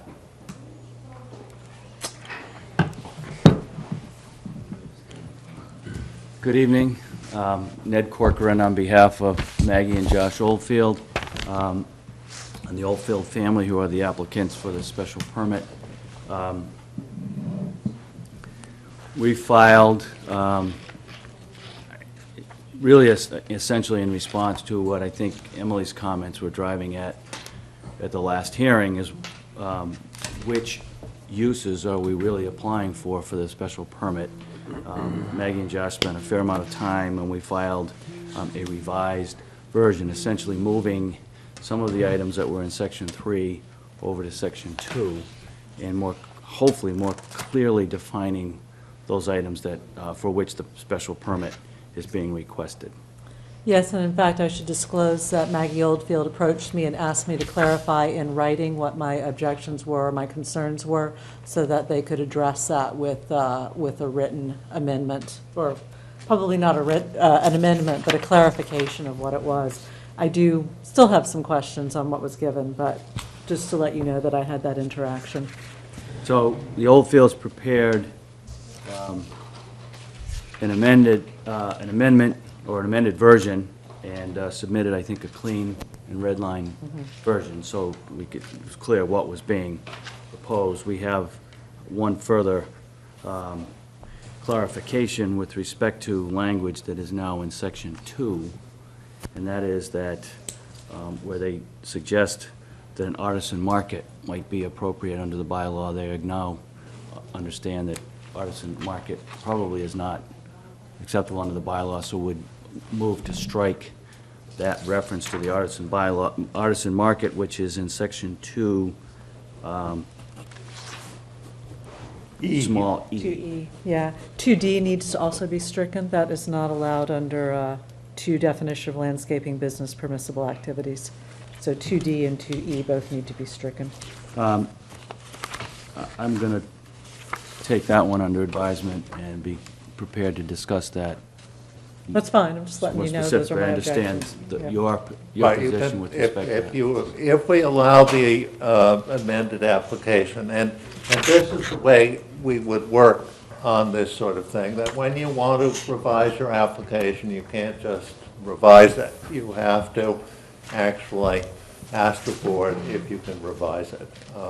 And, you know, we will consider it. But here you've made a request, and we have, I think we have some opposition. Mr. Johanning, why don't you come and join us and introduce yourself? Okay, I'm Phil Johanning, 23 Parkwood Drive. My attorney, Matt Dunn, wasn't able to be here tonight, so he asked me to read an email that he had written to you on April the 8th and a memorandum which he wrote to you today. Does everyone have copies? No. Okay. I'm going to quickly read them, and then I will give them to the secretary. Does that make sense? Yes, please. Okay. Alex, I am in receipt of the latest version of the Thayer Nursery application for a special permit. Attached, please find a copy of a red line copy that Ned Corcoran sent to me on Monday, April the 6th. I think that even a cursory review of this document evidences that this matter must be re-noticed in order for the planning board to have jurisdiction over the application, because this is an entirely new application. For example, on page number 7 of the attached document, it appears that Thayer Nursery Corporation is now applying for a special permit under Section 3A of the Milton zoning bylaws. This is the provision that Robert Oldfield had used to obtain his original special permits in 1967 and 1987. Not only is this zoning relief entirely separate from the zoning relief that the other applicants sought under the most recent bylaw amendment, it is also an entirely new applicant for zoning relief under Section 3A of the bylaws. As such, the planning board must provide the public with the notice that Thayer Nursery Corporation is seeking this new type of zoning relief. Furthermore, the formal addition of Maggie and Josh Oldfield to the application, combined with the fact that all of the now named applicants are seeking zoning relief under the bylaw amendment to engage in uses and activities that were never previously identified in prior applications as accessory to any purported exempt agricultural use, that is, that an artisan's farmer's market constitutes agritourism, that is somehow accessory to an exempt agricultural use and therefore permissible, evidences that this most recent submission is an entirely new application.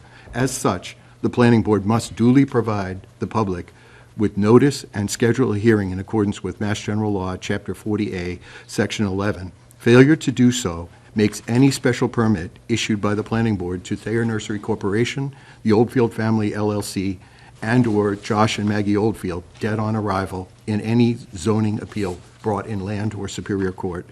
In light of this information, I kindly request that the planning board refuse to entertain the application at tomorrow night's hearing, April 9th at 6:30 p.m., and comply with the notice requirements provided in Mass General Law 40A, Section 11. Thank you for your cooperation in this regard.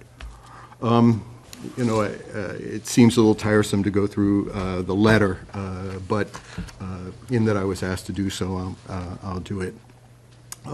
This memorandum supplements the previous memoranda submitted by Philip Johanning and John Rowe to this board on January 7th, 2015 and March 23rd, 2015.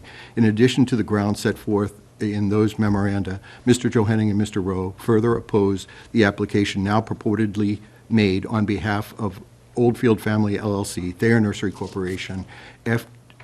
Joshua Oldfield, and Margaret Oldfield, collectively the applicants or petitioners for a special permit for landscaping business use on the properties known as and numbered 217, 237, and 270 Hillside Street, as well as 0 and 24 Forest Street in Milton, collectively the subject property for the following reasons. 1, additional objections.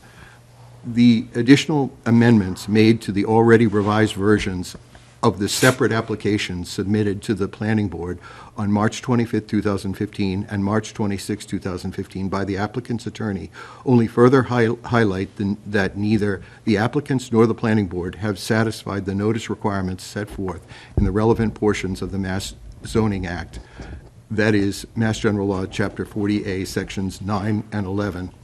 Section 9 of the Act provides, each application for a special permit shall be filed by the petitioner with the city or town clerk, and a copy of said application.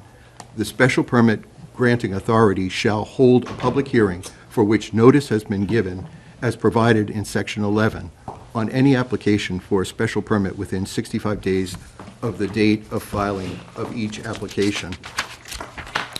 Mass General Law, Chapter 40A, Section 11 states in pertinent part, in all cases where notice of a public hearing is required, notice shall be given by publication in a newspaper of general circulation in the city or town once in each of 2 successive weeks, the first publication to be not less than 14 days before the day of the hearing, and by posting such notice in a conspicuous place in the city or town hall for a period of not less than 14 days before the day of such hearing.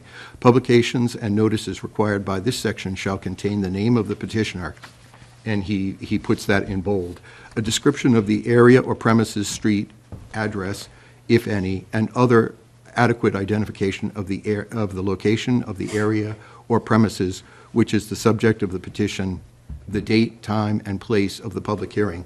This, and he puts this in bold, the subject matter of the hearing and the nature of action or relief requested, if any.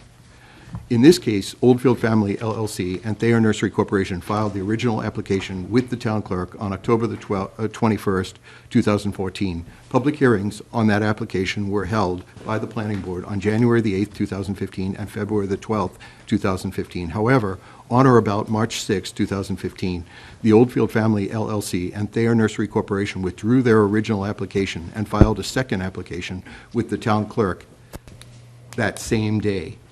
A public hearing on their second application was held on March 25, 2015. However, on March 26, 2015, counsel for the Oldfield Family LLC and Thayer Nursery Corporation submitted a revised version of the second application directly to the planning board. He did not file it with the town clerk. This revised version materially changed the second application by altering the very identity of the applicant seeking zoning relief from the planning board.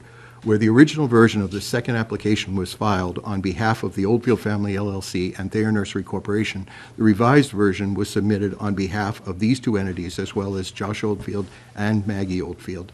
The addition of these new applicants is significant because the determination of each applicant's legal rights in July of 2012 is a procedural prerequisite under the relevant bylaw amendment. See Joe Henning/Rowe memorandum dated March 23, 2015.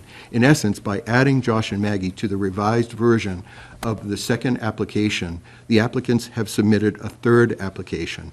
Josh and Maggie are not the Oldfield Family LLC and Thayer Nursery Corporation and cannot bootstrap themselves to their application because the planning board must assess the legal rights held by each applicant in July of 2012 before it can proceed on the application. As such, the applicants must comply with the filing and notice requirements set forth in the Zoning Act, Mass General Law, Chapter 40A, Sections 9 and 11, before the planning board can consider this third application. Notwithstanding these facts, the applicants are now bold enough to submit a fourth version of their application to this board. This was done on or about April 6, 2015. In it, they again name Josh, Maggie, the Oldfield Family LLC, and Thayer Nursery Corporation as the applicants. However, in this latest version, the applicants add still more uses to their proposal. That is, sale of bulk agricultural materials, masonry products, and retail items, as well as hosting artisan markets, but under the guise that they constitute agritourism activities that are either accessory to agricultural activities that are exempt under the Dover Amendment, Mass General Law 40A, Section 3, or somehow constitute pre-existing non-conforming uses. This is pure nonsense. Nonetheless, the expansion of the applicant's proposal, coupled with the addition of two new applicants, should make it abundantly clear to this board that it's now dealing with an entirely new application. And he says in a note below, if either were true, there would be no need for the applicants to seek any zoning relief from the planning board because the uses would be exempt from local zoning law under either Mass General Law Chapter 40A Section 3 or Mass General Law Chapter 40A Section 6. That is what he's saying is that Artisans Market, for instance, is not protected under the Dover Amendment because if it were, they wouldn't be here asking for a special permit to allow such activities. So he's saying by the very fact that they're requesting a special permit means that they are not protected. If this were not enough, however, it appears from the language used in the fourth version of the application that Thayer Nursery Corporation is separately seeking a special permit from the planning board to sell only during the Christmas season cut trees, Christmas trees, boughs, holly, and wreaths grown or fabricated elsewhere than on the premises under Section 3A, 7D of the zoning bylaws.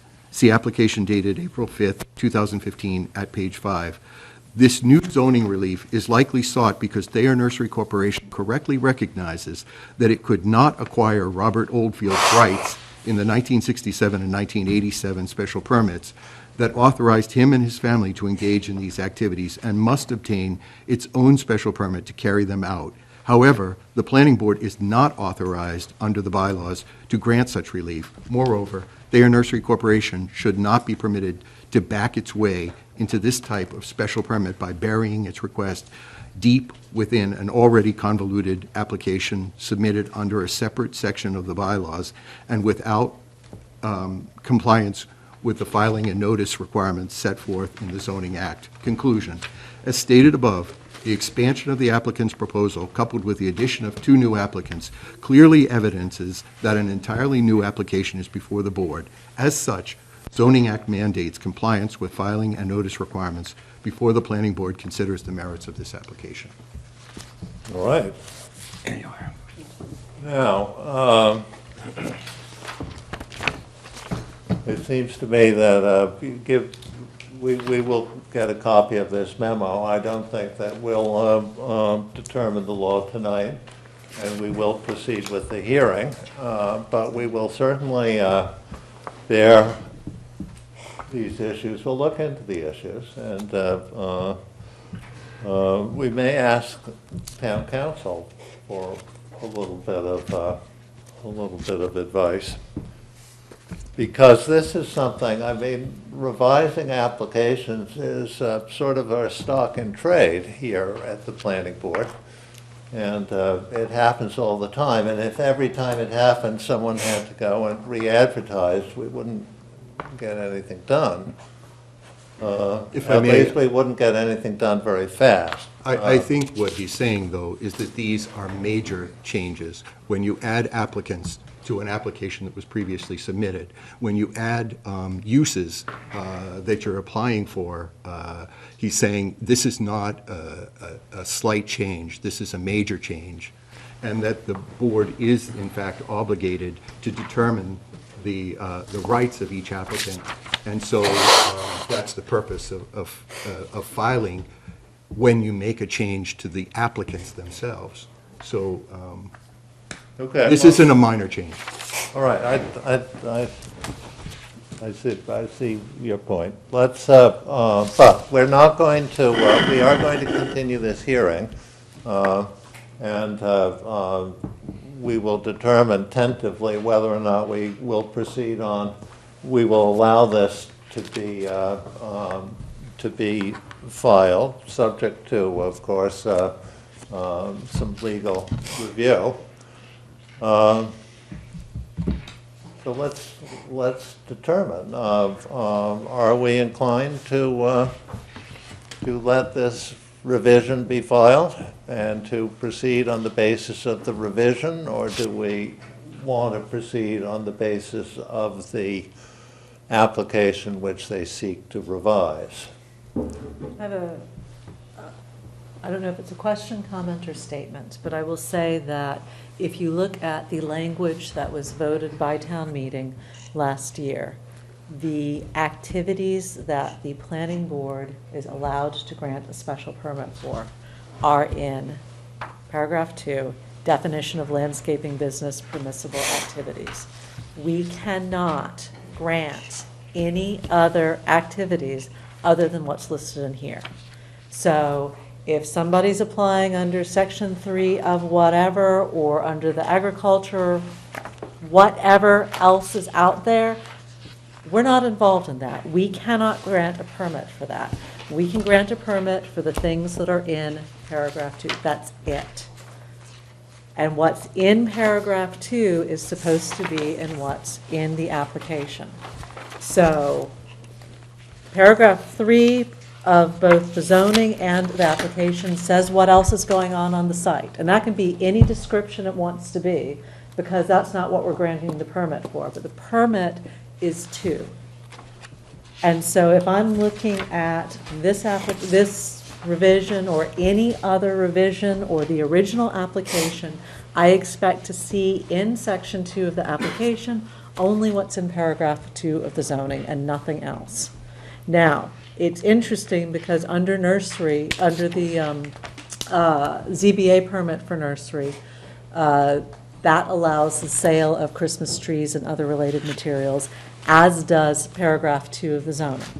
So the applicant can choose which permit they want to apply to that. But if they want it to be under this zoning, it needs to be in section 2 of their application. If they don't want the Christmas trees to be under this zoning, then it's under the ZBA and it's described in 3. But everything else can only be what's in paragraph 2.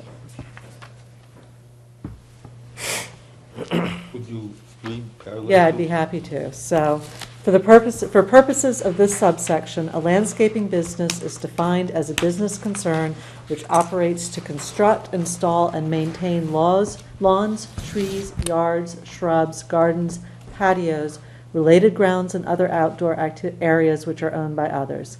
The landscaping business may own or lease real and personal property, employ employees, and may be authorized by special permit to own, lease, operate, and store vehicles and equipment reasonably necessary for business operations. The landscaping business may be authorized to sell trees, shrubs, sod, seed, loam, mulch, and related material, and may be authorized to sell stone, stone dust, gravel, pavers, landscape ornamentations, timbers, and related materials needed to implement a landscape design. It may be authorized to sell firewood if substantial sales of firewood occurred in 2012. It may be authorized to sell Christmas trees and other holiday materials if substantial sales of such occurred in 2012. It may be authorized to provide snow plowing and snow and ice removal services for third persons, including the town. Such authorization shall be contained in a special permit issued by the planning board, which shall impose reasonable limitations, terms, and conditions to implement and attain the purpose of the subsection. Any activity authorized by the planning board shall be an activity which was conducted in 2012. Authorization of an activity shall be at the level no greater than the level of that activity existing in 2012, unless there is a reliable showing that a greater level would be consistent with the purpose of this subsection and cause no adverse effects on abutters or nearby residents. If necessary to achieve the purposes of this subsection, a level of activity less than the level in 2012 may be required. That's what we can authorize. Yeah. All right. Now, it seems to me that we were, as you recall, I have suggested that the way we proceed was go to paragraph 4 and go through the lettered paragraphs A through S. And we got to the landscape plan, which is C. But I have a couple of things. A number of people may have comments, may have come here today to comment on the application, be it the revised application or the, we've got to figure that out too, or the application in the bylaw. And they don't necessarily, it seems to me that we might hear from them. And we also have, we may have an updated drainage report, is that right? No. No, We do okay. we do have some additional information. We have an updated plan. The snow has just finally left the property. Blessedly, the glacier is receding from our midst. And there are some additional Suggestions that you analysis want to make. that needs to be done. And Okay, but so we're going to have that. Mr. Joe Henning has a comment on something. Well, during the last meeting, it was suggested that Pam might do a new layout for the nursery, a proposed layout. Yeah. And I don't know where that falls into all this, but I guess. I mean, we're going to go back to that section. That will be after we figure out the revision, after we see what Mr. Corcoran has to say about the plan. We're going to take some general comments from people who have come to be heard, and then we're going to go back to section 4 and proceed in the way we originally originally planned. Now, what about the revised plan? If we can approve a revised plan, it seems to me that the filing of a revised plan, it seems to me that that would be a good idea, since the revised plan is the current thinking of the applicant. Well, if I may, with respect to that, and I think it's in my long practice before this board, that often plans get modified based on comments from abutters and others, based on comments and questions that come from members of the board, that final plans are generally approved as part of the closeout of the hearing, but often plans get modified to reflect changes that come in the discussions that take place with the board. And I have no problem with doing that. It simply is that the file is just full of plans, and it seems to me we have to have order. Yes. And we don't- one way of having order is that when you want to change something, you don't just send it to Tim. You say to the board, I'd like to change this, and then the board can... So with respect to that, we're not drafting or having the engineers prepare new plans until we're ready to present something for consideration. There's things in flux, particularly given the fact that the snow is gone. There's some drainage calculations and analysis that needs to be confirmed based on what's currently out there. So we will be filing. We will request the board's permission to file an additional plan. It will show a couple of things. One was a modification to the existing conditions plan, because the question arose was, is there septic on the property? And the answer is yes. There are 4 different locations for septic, and I can show them just very briefly. There's one small septic area here just outside of the garden shop. It handles the bathroom that is in upstairs, that's in the garden shop. So there's one small septic field here. There are 2, one on either side of the residence that's noted as 270. And then there's a 3rd or 4th that services Josh Oldfield's property to the south, on the southerly side along Forest Street. So those are the locations. The plan, the existing conditions plan, when we file modifications, will show that. It will also show what I think the board and others saw when we did the site walk, which was the installation of a proposed retaining wall that would serve as the base of a fence. That's been, and there was some. There's a channel, or not a channel, but a trench that was dug. With respect to that, that will be shown. And then with respect to that, we'll show some additional proposed drainage plan, which will be a pipe, we think will extend from there to tie into the proposed leach field. So there will be some additional modifications proposed with respect to that, with respect to the plans. But before we file them, the engineer needs to get out and confirm elevations and locations. Okay, now, on the revised plan, I think it might be helpful if we could try and figure out just exactly what we've got here. Mr. Henning, we're going to not hear from you all the time, but we will hear from you often. But I'm actually making... Just like, respectfully, I'd like to say that, and I've written this... No, come up, but you can't be heard every 2 minutes. But I have something that I think is important to add, and that is that I have suggested before that what is created here is chaos. No one knows exactly what's being applied for. I don't even know if the board members know that they're looking at the current application. I don't know what people are looking at when they vote. And what I have suggested previously, and I think is a very good idea, would be that someone, like the secretary, would keep a list of amendments or changes that need to be made to the document, and they would all be made at one time prior to the vote.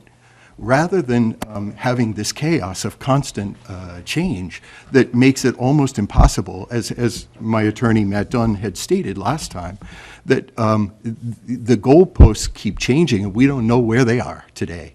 So would it not be a good idea for someone for the plan to remain the same?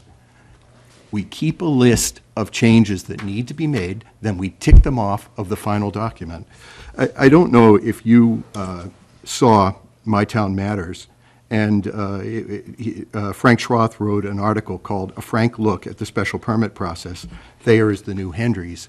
And what it talked about from Frank's perspective is the chaos that is going on in this room with respect to the planning board. And he talks about all of these issues from a layman's perspective. So he's sitting outside looking at it and he's saying, it seems chaotic. And I say, what can we do to bring order to the process? One of the things he talks about here is that when a subject comes at the end of the meeting, like a new plan for the nursery, that it would be taken up at the beginning of the immediate next one. When you talk about having, let's say, citizens come and start talking about things when we haven't even finished business from the prior meeting, excuse me if it doesn't seem chaotic. It does. You have to go through things in an organized fashion. You have to close open doors and move on. But we don't seem to be getting anywhere because we open a door and I don't know when it ever gets closed, and we change applications, and who knows what people are looking at or commenting on. It's an extremely difficult process, and I think Frank Schroth made a very good comment. I don't know if who looked at it, but... I actually read it, and he's here, and I'm sure that he will write more, and if he thinks there's a better way to run this hearing, he can suggest it. And you have suggested something, but I'm going to run the hearing the way I think it should be run.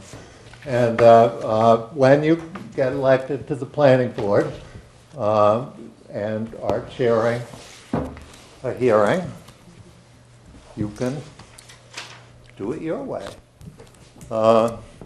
I don't think it's chaos. I at least understand where we're going. But it is confusing. I will give you that. Now, one confusion that I have that I think might be worthwhile dealing with initially is just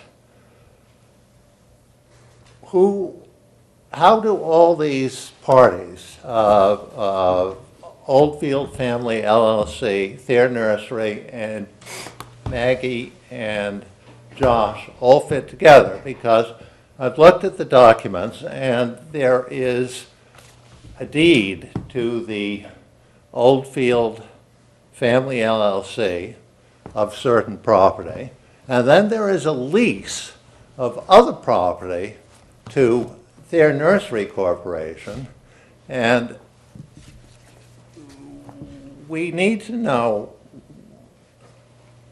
just how they fit together. Why does Thayer Nursery Corporation lease part of the property? How does Oldfield Family LLC also lease to Thayer Nursery? Or how does Thayer Nursery fit in with respect to that property? Maggie and Josh signed the application as representing, or not the application, one of the lease. They signed it as representing Thayer Nursery Corporation. Presumably they are officers of the corporation, but we don't have the corporate documents. We don't know much about Oldfield Family LLC. We don't know who was operating the nursery in 2012. Was it Thayer Nursery or was it Maggie and Josh? I have a question with respect to the firewood. Who is dealing in the firewood? Is it Thayer Nursery or is it Maggie and Josh? all the, we don't, the 1967 and the 1987 special permit for the nursery said that it went to Oldfield seniors, and that their children could share in it. And the 1987 permit says, but it's not assignable. So it means that the children are the operators under the 1987 permit. And the 1987 permit still has force and validity. So we don't want a different operator doing the landscaping from the operator doing the nursery. We want a continuity of operation because or at least we have to know that there isn't a continuity of operation, and if there isn't, that would be a factor probably affecting our final decision. So what can you tell us? I'm not sure I can answer the question. Maggie can, and one thing that they have done, and I've just received copies today, but I haven't submitted yet, are amended leases to all of the properties, naming Josh and Maggie as tenants along with their nursery corporation. So they individually are tenants of the property, which would match the fact that they are the applicants under the permit, for the permit. And so I have those, and I will submit that through so that the board has time to consider those before the next meeting. I just did get copies today. They're dated April 1st, but I get copies today, and I don't want to flood the board tonight. Go. So in 1963, my father bought the land. And then in 1967, he then got a special permit to operate a nursery and landscaping business. At that point in time, the total acreage was 3.5 acres. So at that point in time, according to Milton bylaws, he needed a special permit. So that is why he went and applied and received a special permit for both the nursery and landscaping business. Through good fortune and very hard work, through the years he was able to purchase some additional land. So the first purchase was at 0 Forest Street, which was about 1 acre, and that's on the back side of the property. And then that was roughly 76. And then in 87, he bought 24 Forest Street. So at that point in time, we then had over 5 acres, which then you do qualify for agricultural status. So we were running our business. My father was still alive in 87. He went in and had the special permit amended. So Josh and I, well, his children, were added to the special permit so we could continue on. Josh graduated college in 90. I graduated college in 91. And so then we joined with him. My father had 100% stock in Thayer Nursery. He then gave Josh and I each 24%. So we were all co-owners. My father my parents, my father and mother, both owned the property together and rented it to Thayer Nursery. In 2000, my father died. So then my mother received the remaining 52 shares of Thayer Nursery. Thayer Nursery is a corporation that rents from my mother, who's essentially the trustee of the Oldfield Family LLC.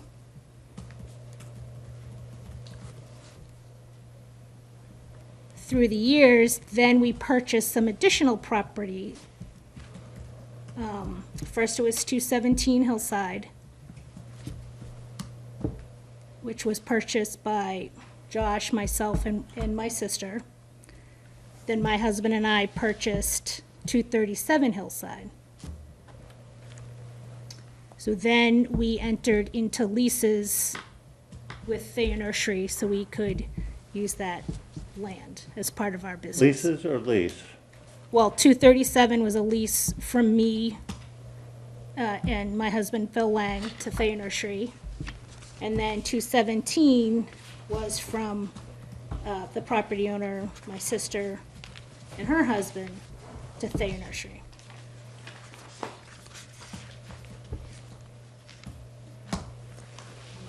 So just to clarify, either you or Josh or your sister or the Oldfield Family Trust are the owners of all of the land that's leased to Thayer? Okay, thank you. And who is the owner? And is it the ownership of Thayer Nursery is you 24%, Josh 24%, and your mother 52%? It was up until last year when my mother gave the remaining ownership to Josh and I. So Josh and I are now 100% owners of Thayer Nursery. 50-50? Yep. Okay. And does Thayer send out the billings? Billings to, Billings to customers? correct. Okay, you don't? Invoicing, Thayer, And how long has that been going on? since Since the beginning? 1967. So in other words, it's always been Thayer Nursery? Correct, But you are Thayer Nursery, you and Josh? correct. And you, your mother, and Josh are Oldfield Family LLC? My mother is Oldfield Family LLC. Okay, she has the 100% ownership. Yes, with my siblings. So she has less than 100%? No, she currently has 100%. And that is, they're just a landowner? Oldfield LLC is a landowner.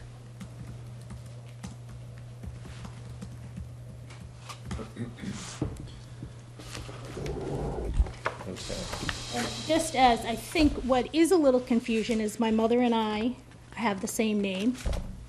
So on the original application, where it says owner Oldfield LLC, that is my mother's signature as Margaret T. Oldfield. Under applicant, Maggie and Josh Oldfield. On the second page is mine. So I sign everything Maggie Oldfield. My mother signs everything Margaret T. Oldfield. So there Okay. has been no change in name on application. All of the names have been covered since this October 21st document.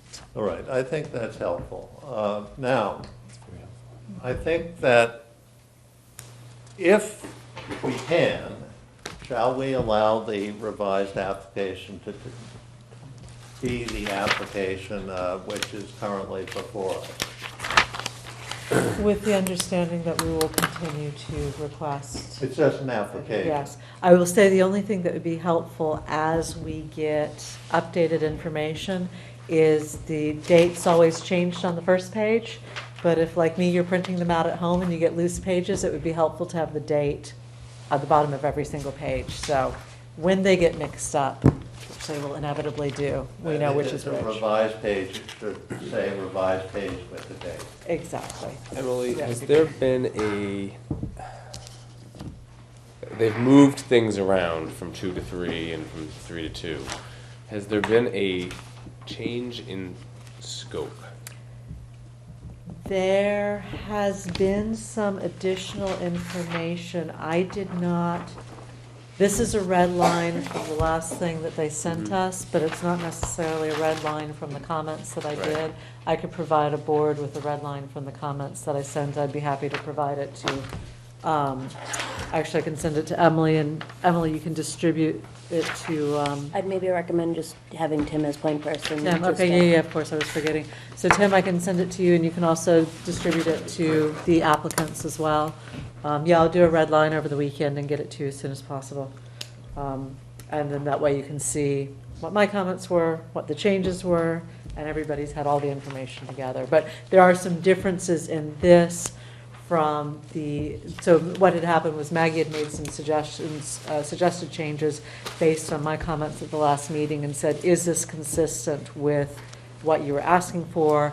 I made comments through on that and sent them back to her. I also sent them to Alex and Bill so they'd have a copy. I don't know if they distributed it further. I don't think they did. And then the comments that we have today, the red line, some of those are based on the comments that I sent and some of that's new. So I can do a red line and compare it. I have not done a scope comparison. I think, my concern would be if there is an additional use that's being put into this application, that would be my only concern about. The artisan market, which Which they've Ben just had already withdrawn. withdrawn, and the patio furniture is, those two were additional to two. The masonry products, I think, was a breakout from something else that was already in there. So, which I had requested that under the section 2 definition of landscape business use, that everything be broken out easily. And I'd asked that portions that were narrative be moved to section 1, which is the narrative section. But I haven't gone through line by line to say, this is Obviously, different and neither this have I. isn't. Yes, exactly. You wouldn't be asking the question, so. Just as a clarification, I do believe the patio furniture, fire pits, and lawn games was in paragraph 3. Right. And then it was moved over, because I believe this special permit was really addressing the zoning board of appeals, and the zoning board of appeals issue of cease and desist. Right, but the zoning doesn't allow us to authorize either of those things. So you could move them back into 3 as a description of what you do, Yeah. but it's not something that can be in 2 because we can't authorize that. You'd have to go back to the ZBA and discuss that with Yeah. them. To the extent that is moved back to 3. Then 2 then becomes 2 becomes pretty effectively. consistent with. Exactly. The only question would be, and that goes back to the issue of the Christmas trees, is do you want it to, Christmas trees and holiday sales, do you want those to continue to be under the ZBA, or do you want to clean it up and put it under this one, basically? And you're under both at the moment, so that's kind of up to you. And where is firewood? I really think Firewood's in that 2 now. Where? Yeah. 2B, to be under bulk agricultural products. Yeah. bulk materials. So the Christmas tree sales, the Milton zoning bylaws never allowed in their bylaws for nurseries to sell Christmas trees. Okay. So then I believe that was written, that bylaw was written and adopted by town meeting in the 70s. And it was because it was so that all nurseries under 5 acres could sell Christmas trees. So, and at that point, we did not have 5 acres. Right. So we needed the special permit to sell Christmas trees. As I mentioned, through the years, we were able to purchase additional land, and we then qualified for 5 acres or more as agricultural. Right. So we think that our Christmas trees are really covered under paragraph 3, under agricultural. And so the Milton bylaws have not kept up with state statute, which reduces the 5 acres to 2 acres. So when you reference the Milton zoning bylaws where it says 5 acres, that really needs to be updated to 2 acres.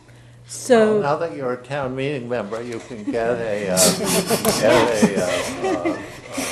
article into the, But, I mean, to that point, this zoning bylaw does allow you to have Christmas tree sales under this. does. So, you know, you may want to move it in here so it's clarified and done, but I recognize you have that option, so, but, So we'll probably just move it to paragraph 3. well, you may have an option. I mean, you take. Well, she has the option of life- choosing where she wants to put it, You take your life yeah. into your own hands by saying, I don't need a special permit to sell Christmas trees. I'm entitled to do it by law.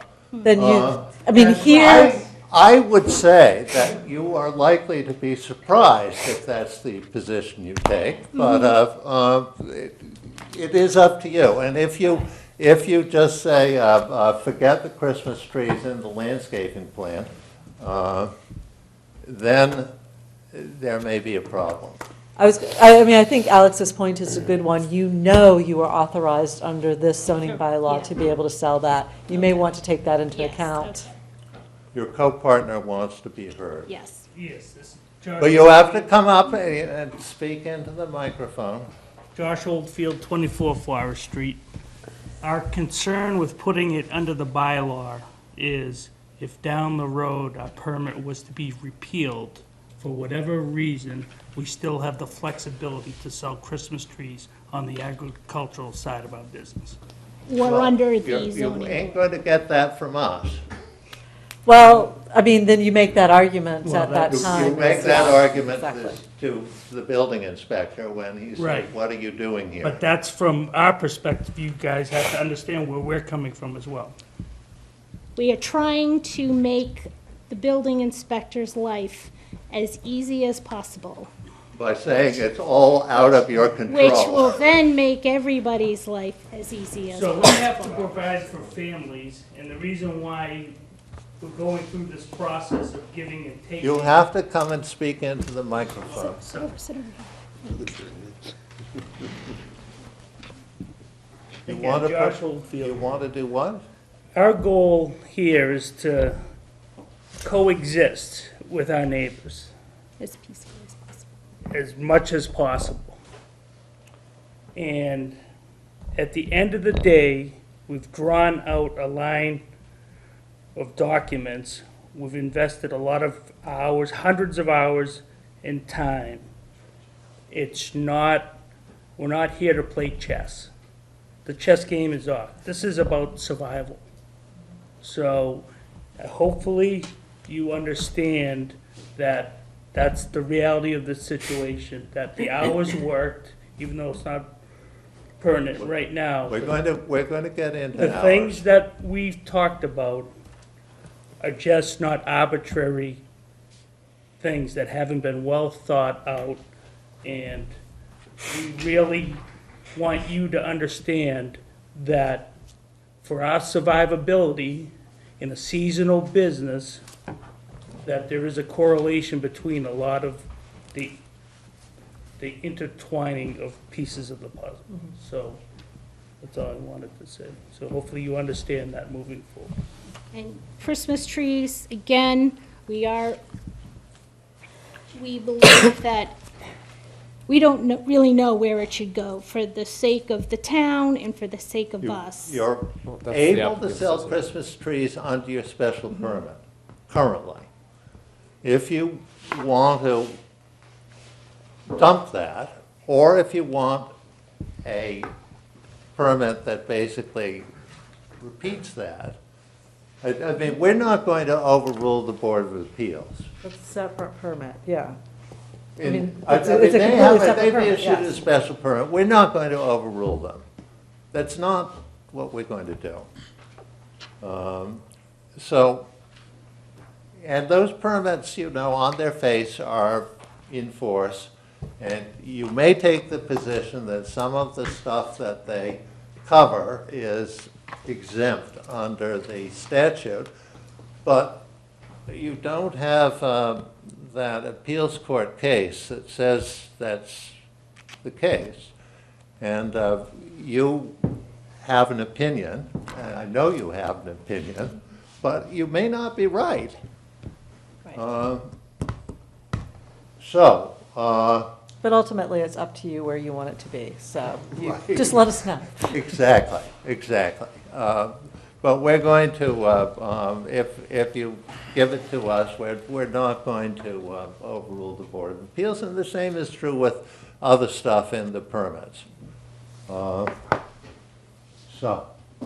now I think that we've dealt with the ownership. We're still on whether we're inclined to allow the permit to be revised.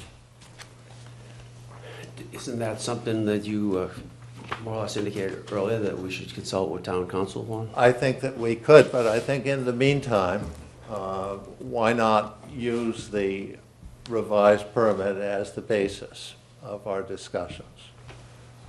Because if he says you've got to have a new application, then Then they can you take know, care we're of going to have a new hearing. I personally think that we're probably going to be able to approve this revision. I will say that they did provide some additional information that the board could find useful at my request. Among them, under the list of, in that section that we're talking about, the list of business activities, they've specified it out with hours and months of the year, which the board may find helpful. They've also, added additional information about what's done under each department that we may find useful. Sort of a bit more of a breakout beyond what I requested, but that's great. We It's don't need useful a formal information. vote, we need a sense of the board. Fine. Okay, we have a sense there, do we have a sense? We should proceed with the Under the- assumption that we're going to get We're legal. going to Yeah, I proceed think that's under fine, the yeah. revised application until we're told otherwise. We're presently understanding there'll be revisions to this. What? We're understanding as we're going through it, there'll be revisions to this. Yeah, I mean, there will. Relative to the artisans market. But what we're going to be doing is discussing what's in the revision rather than what's in the notebook. The revision is entitled Application for Special Permit Landscaping Business Use, date April 5th, 2015. Now, we have a sense of the board that we're going to proceed with this as the basis of our discussion. And even though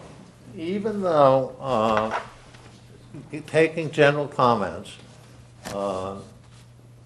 may not be the most orderly thing to do, I think it's a fair thing to do because there are people here who may not necessarily want to sit through our discussion of the various point by points, waiting for R,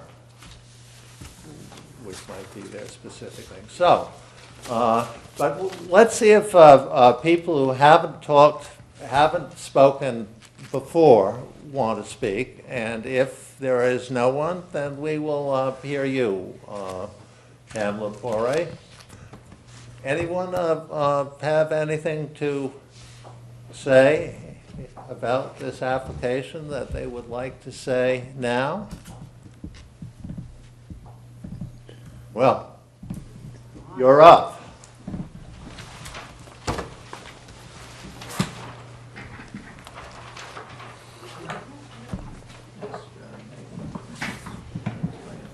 Good evening. My name is Pamela Poire, 44 Forest Street. I just would like to point out that all of these plans and all of this, part of this application, were all done without any input from Director Butters. I wasn't called, I was called after the fact, after these plans were drawn, and my question was, are these, definitive plans, will they be changed? And I was told no. So at our last meeting, I'd also like to point out where they're proposing the land care yard, and I did bring some copies here. There used to be 2 greenhouses, and that was their perennial planting area. So up until a couple of years ago, that was all plantings. And I'd really like to have that back. So I don't know if you want to see these? Sure. What they were originally? So I've circled. Well, Do you want to hand these out? I have a copy for each board member. as you well know, my concern is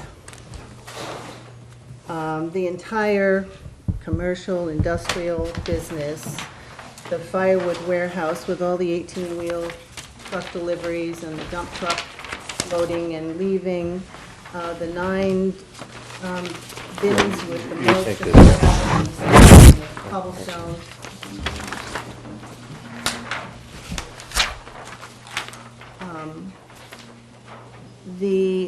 So all of the bins are located next to me. The odorous compost dumpsters are next to me, and the storage of equipment toward Forestry is all next to me. So what you recommended, Alex, that we draw up a plan to show what other choices would be. And to be fair to, I really believe that all abutters need to be protected equally under the law.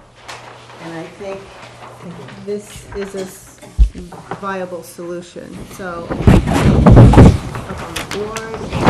Yeah, just.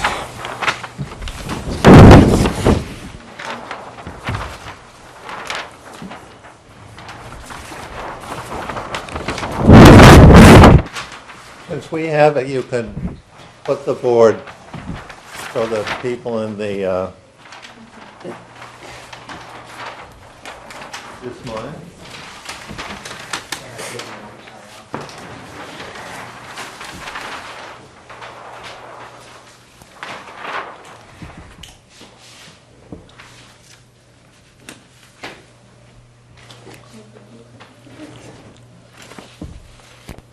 Whatever you want to do.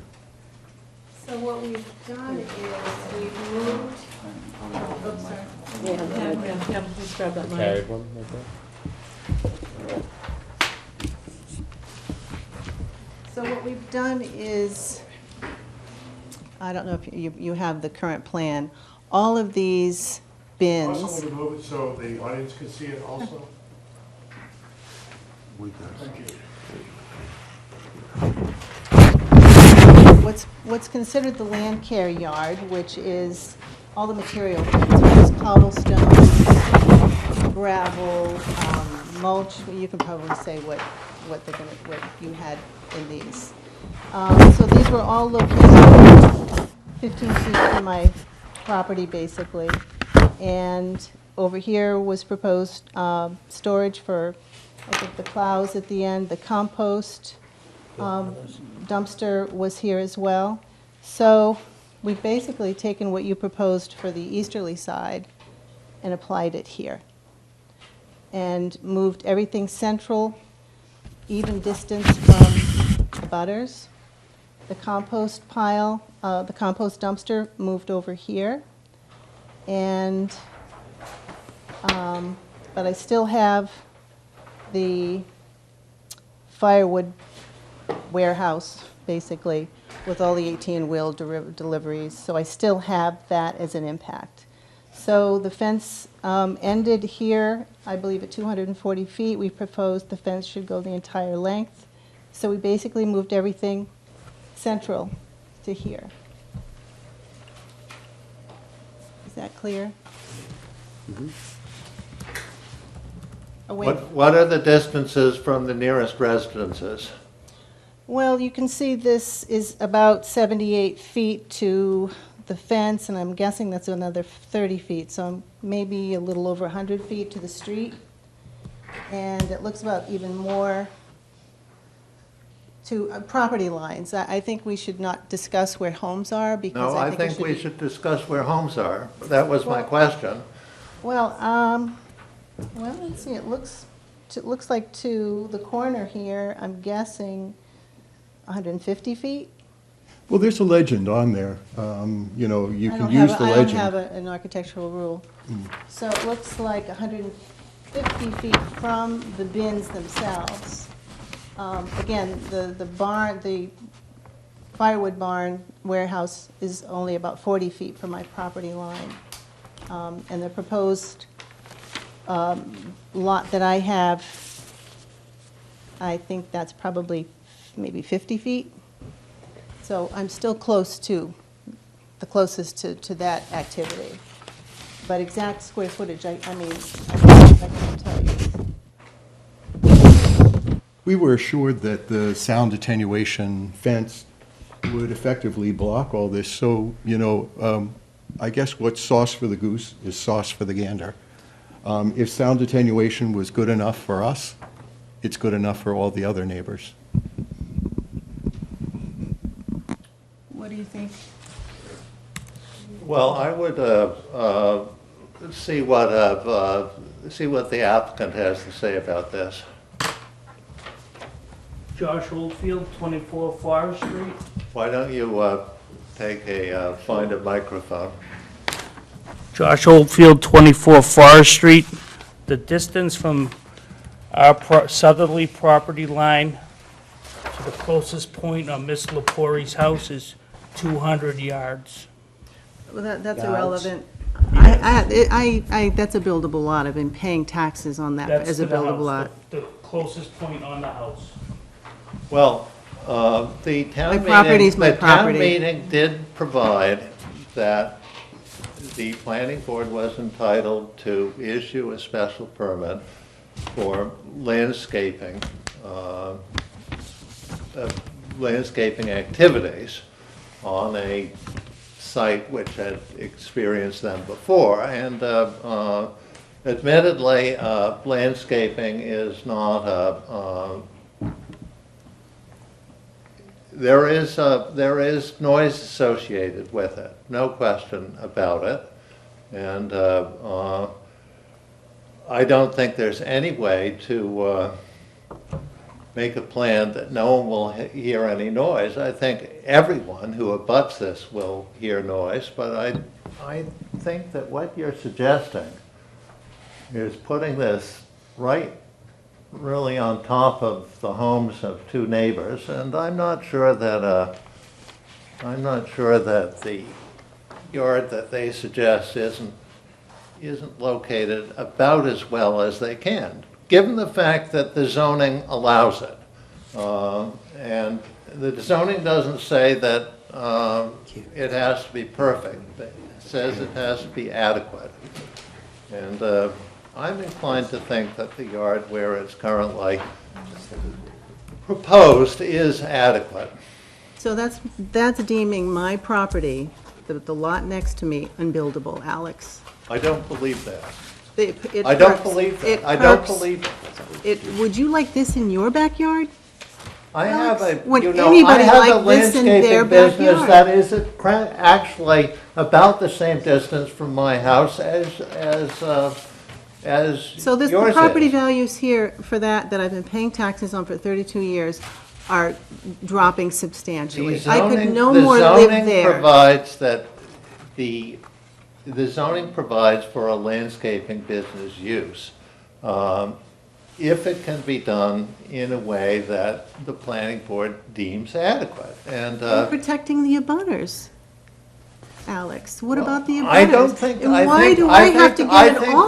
that Why I can't we share personally this? think they're giving you a lot of protection, and By putting I have everything. I don't believe that. Look at it. Look at the original plan. I have it all. The compost dumpster, the warehouse with the trucks and the 18-wheel deliveries. I've got the 9 bins that 18-wheel trucks back in there on a daily basis, and the dump trucks that take it out.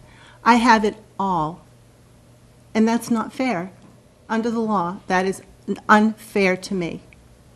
It puts an undue burden on me and me alone. Well, I've told you what my view is, but the other members of the board are going to have to be heard on this. Well, I just wonder about this section 19. No, actually, Mr. Johanning, if you want to speak, you raise your hand, and I had just asked for comments by other members of the board, not you. Well, Mr. Johanning, if you please. We put these together jointly, and I want to bring up one point in the zoning bylaws of the town. Great.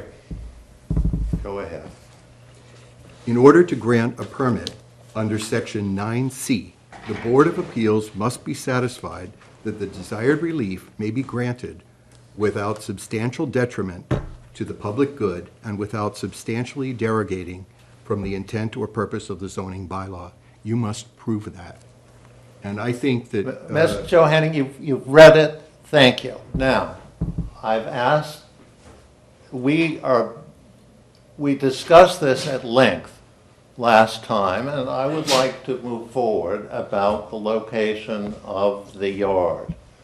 Do we have a sense that the yard where it's proposed is a location that we should initially set, knowing full well we're going to discuss the bins, we're going to discuss how the trucks come in, we're going to discuss how the yard will be used. We're just talking about the location. Mr. Woods, I'd present that I don't even, that's what's before us as an application. I appreciate the effort that went in by the neighbors here, but this is not the application. I don't think we can consider this particular location as part of our purview. I appreciate the work that went into it, but the application before us, in all of its forms, has shown the land care yard where it is. So I think my perception is that that's what we should be talking about. I agree with that. I mean, it's up to the applicant to decide. Like you keep stating, they have a right to apply for the permit under the zoning bylaws, so it's up to them to decide where they want to fix their equipment, bins, whatever, and then we decide from that point. Well, it is, we can say we don't like the location of your yard. We can say that because that is within our, I think within the scope of our review. I would say this, then I think where they've located the yard, meaning the applicant, it's as fair or as good a spot as any I can see happening in here. I just want to know why we don't have the same consideration as the condominium people and the abutters and the developer. We didn't get any consideration at all in this. And I think that's important here. This is a historic neighborhood. This is a residential neighborhood. Why isn't anyone talking about the historic value like we did in the prior issue here? Everyone's ignoring that. We're talking about 18-wheel trucks daily, dump trucks daily, noise daily in our fragile, historic residential neighborhood. And I'm a taxpayer as a resident. I moved into a residential neighborhood. I have no protection here? I think we do understand the concerns of the historic neighborhood, not least the fact that the Hillside Street is a scenic road. But as Alex pointed out earlier, town meeting has given the applicant the right to apply for this. Yes, I understand that. So I think we need to continue to review the applicant's proposal to understand whether or not the mitigation measures that they've proposed are sufficient to address the issues that everybody will clearly face. It is a landscaping business. There is noise. There absolutely is. Is what they propose sufficient? And I think one of the things that was put into the zoning that's important to remember is that the planning board can grant it for a shorter period of time. That's not in any other special permit zoning that we have. And it may be fairly or unfairly that the only way of finding some of this out is to see what happens when it's put in over a period of time. We're not at that point yet. We're not at that point of whether or not we're going to grant this, but there may be some things that we say, okay, it's worth trying, and then you come back in a year and say, no, it's not. I mean, that is an option. It did not work, in which case we would have to carefully consider whether we would re-grant it or whether we would require that some of these elements be moved even further away. That is an option. I'm not saying it's the one that we're going to choose. We may not get to that point, but we do have to continue with what we have to find out if we even agree that these mitigation measures are worth trying. Okay, I find it really unreasonable to expect the neighbors to police these activities. And again, you know, the attenuation plan proposed on the easterly side to mitigate the exact thing I'm going to have was moved from there to here. I mean, it just doesn't make, it's not common sense to me, why you would move all these problems from one abutter into another and not expect for it to be the same problem. It's a mitigation plan because there was noise over there, and you're just moving it, a problem from one to another, just in your findings for future plans, for future recommendations. It just doesn't make sense to me, and that's why at Alex's suggestion, draw up your own plan, is what we did. So we mitigated the same that they're proposing in the back, that plan, with mine, and putting it right in the middle of the property. So, for your consideration, I would appreciate that. Thank you very much. And I wonder if we would get the same consideration when we come back in a year. Like, we propose a plan and nobody even discusses the plan. It's just that, oh, we're gonna, when I went to another town to get some help with putting together the drawing, they said to me, the planning board should be asking the applicant for this. Why are you doing this? The planning board should ask the applicant for a number of different options that could be considered. Why is it that, that you people, who are neighbors, have to come here and do an alternate plan? And I think it's a good question. I can't understand why the board would not ask for alternate plans. Because you're asking for other changes in the language. Why can't you ask for an amended plan on this as well, if you see it's not working? Just out of curiosity, which town did you go to? If you don't mind revealing. If you don't want to say, that's fine. I was just wondering. And who were these people who you talked to who said this is what the planning board should do? Were they planning board members? Were they town No, they were engineering administrators? people who have a... Or were who they have- people on the sidewalk outside? All right, Alex, there were people on the street outside, but I think that the planning board has an obligation to the neighbors who they're trying to protect. That was the intent of the bylaw amendment, to protect the neighbors. That the planning board would have to look at alternate plans to ensure that all the neighbors were fairly treated.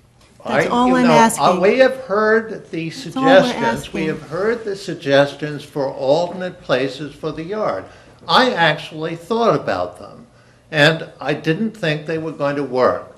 The fact of the matter is, back where the yard was, next to you, Mr. Johanning, is closer to these residences than where it's moved to. It's closer to residences, 3 residences, than it is to you.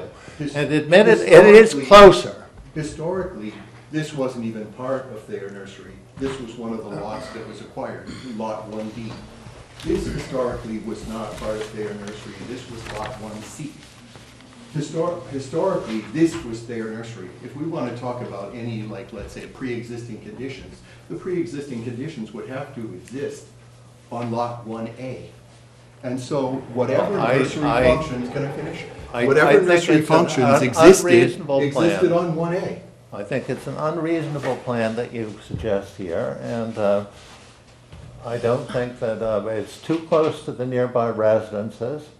So I'm being penalized because I haven't built my house yet, is that basically, I'm being penalized? That is part of it, that is part of it. Because I There's haven't, no house there. because my kids There are is finally no house grown. there.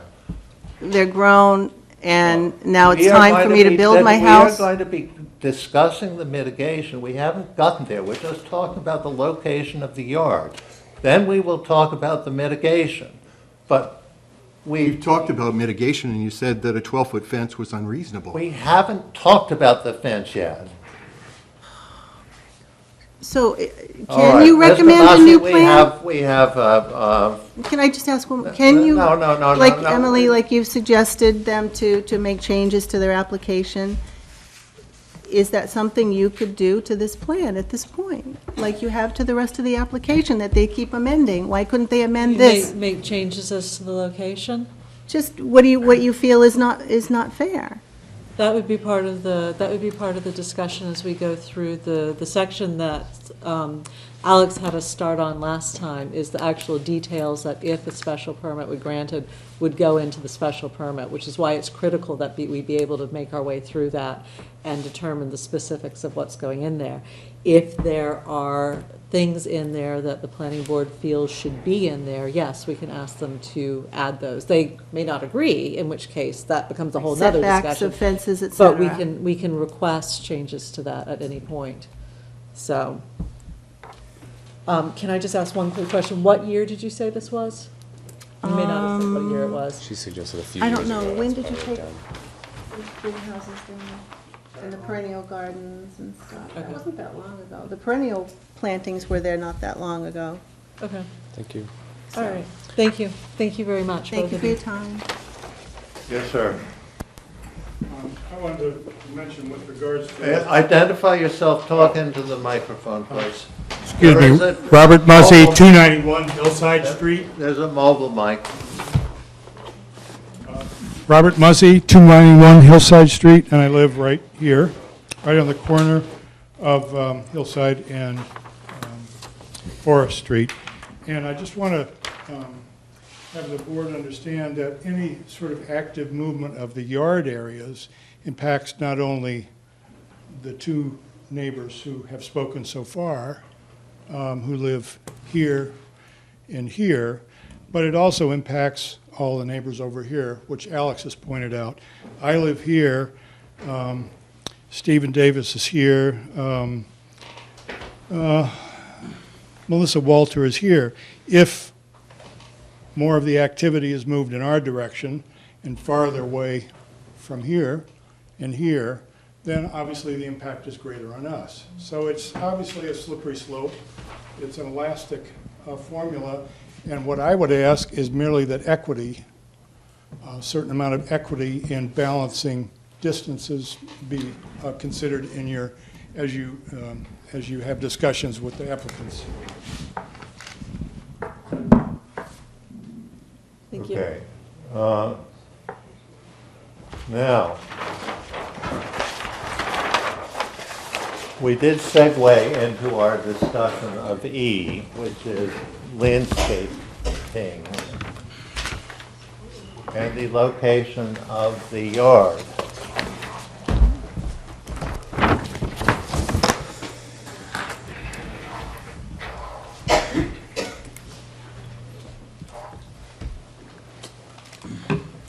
So what do you think?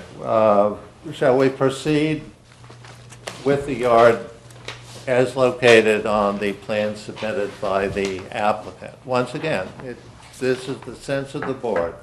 We'll get to votes down the line, because if during our discussion it appears that changes in the yard should be made, we can suggest them.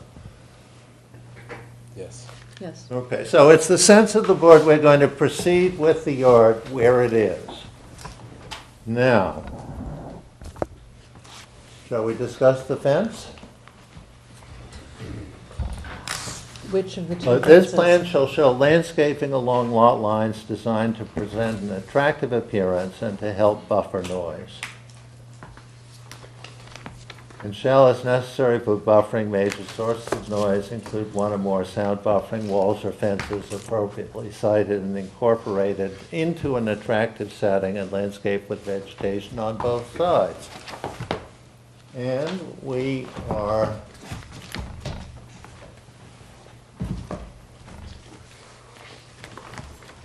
if you have your plan with you, we go to proposed conditions and drainage plan. And shall we start along the Forest Street, the lot line of abutting Mrs. Lepore? I have a general question about the fence, and that is, and it was partially answered at the last meeting, but the fence is not connected. So can you explain why the fence isn't connected? Well, one of our fears is we have a huge deer population in our neighborhood, as well as coyotes and fisher cats. And one of my concerns is if you do end up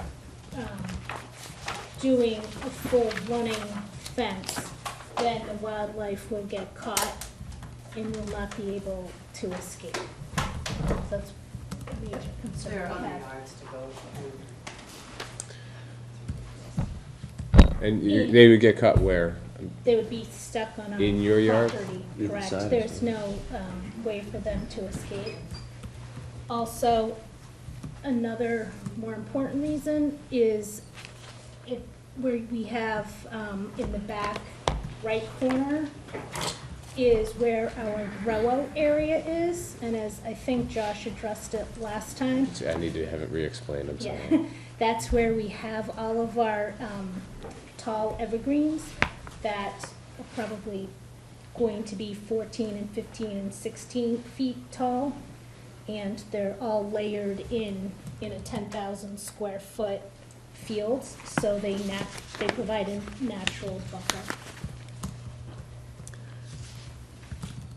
Just to follow up on that, obviously Pam Lepori and John and Phil have asked for a fence along their property.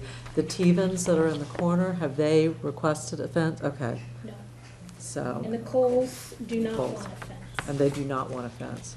But the Tevens have simply not requested it, they haven't stated one way or the other. They have a fence, Emily, sorry. Oh, okay, They then, have a all right, We planted some evergreens on their side. okay. For the, All right. just so we really vet this issue out, is there a way to increase the length of the fence, put a break in the fence, have the fence staggered to alleviate the issue with the animals? Did you look at did you look at that alternative? You know, obviously it's a big issue, so I'm trying to figure out ways we can satisfy both sides. My question here is,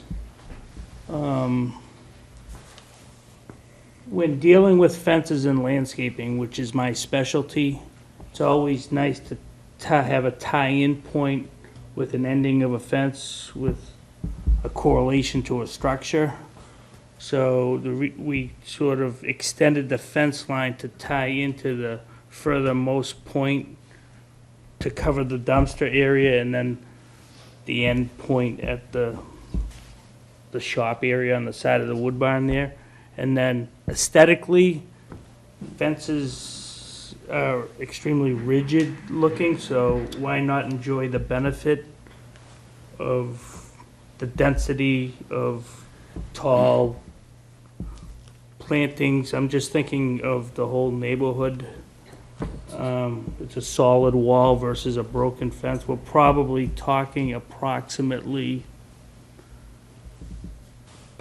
200 feet to the corner. That would be, To what ends, Brian, I'm just curious, to what ends would you like to see the fence connected? I'm asking the question. I mean, if we can hear from an expert that that the noise impact is going to be virtually identical from the trees or the fence, then I think I'm trying to listen to the concerns about the noise and respond to it, and I'm trying to understand the reason the fence was not put in. So that's all I'm trying to understand. the reason also is we positioned the fence in a location where she had indicated to me where her house may be down the road. So the back left corner of her property was not the ideal spot for her house because of the septic issue, even though you can build a house anywhere, as you know, and pipe it to a septic system. But she had mentioned to me that it was more towards the front of the property, so we focused our energy and efforts towards that section. And that area back there is not really part of the landscaping business use. That is part of the nursery use. So which I know that you want it all included in one, but the activity. As long as you don't use any of those trees in your landscaping business. So Promise? a lot of those, the activity is not, from the trucks and the deliveries are not happening at that back property line. It's, I think I think what we're probably getting at to some extent is, if most of the activity's happening here, as far as the sound buffer, I mean, the sound's not gonna travel around the corner. I hear you. So, and I just caution the neighbors, I mean, if you're putting up 10-foot fences and you're stretching them 200, 300, 400 feet, I don't think you're gonna find that very appealing. I just want to add, though, that there are dumpsters back there. You have to talk into the microphone. I just want to point out that there are dumpsters located right there now, and there will be trucks coming in and out of there. So it ending right at that point, there will still be Well, if there are dumpsters there, the fence should certainly be extended. extended further, yeah. So, as currently shown on the plan, the fence comes to a point that's beyond the location of the dumpster, The truck activity goes way beyond and, that. The fuel trucks, so- everything. and then it is because most of the activity is here, it will be buffered by the barn itself, fence and other plantings that have been proposed here. The idea of the fence was to really contain sound and visibility of what would be happening. So the fence, Ned, the fence lines up with the edge of the tool shop, that's Correct. correct? But Okay. the trucks will be coming around here to fuel, I'm wondering. to Oh. empty the dumpster. This is truck activity. This is where the tool shop is. This is where, yeah, it needs to go beyond that. It's obvious. I have some pictures that you might want to look at. This is taken from my house, where truck activity is not supposed to be, where the fence is supposed to not be because it insulates the noise. If you look at the parking schedule, it's a little bigger. It's a little bigger on this one. So Josh, would it work to bring it up a bit further to maybe cover the driveway area? Sure, that would be And perfect. screen the Yeah. vehicles and then transition to the natural buffer area? Yeah, I'm thinking where the nursery Yeah, stop line is. that would be a area. perfectly Okay. fine spot to transition right where the evergreen started. There's a larger willow there, which would make sense to Okay. make that the transition point. That would be perfectly fine. And then we could sweep the bed around and sort of just tie that into a perimeter planting there. Okay. Great, thank you. That'd be great. I don't understand entirely why the buffer zone along the Lepore line can't be wider, other than the fact that there is a passageway between the fuel shed and the landscaping, and it seems to me that that just invites fuel trucks to pull up into that passageway and get filled up, and then when a big puff of smoke depart. What about that? What is that passageway for? Why is it necessary? I thought we sort of talked about last time that we would do a planting there to narrow the opening to discourage any passage through.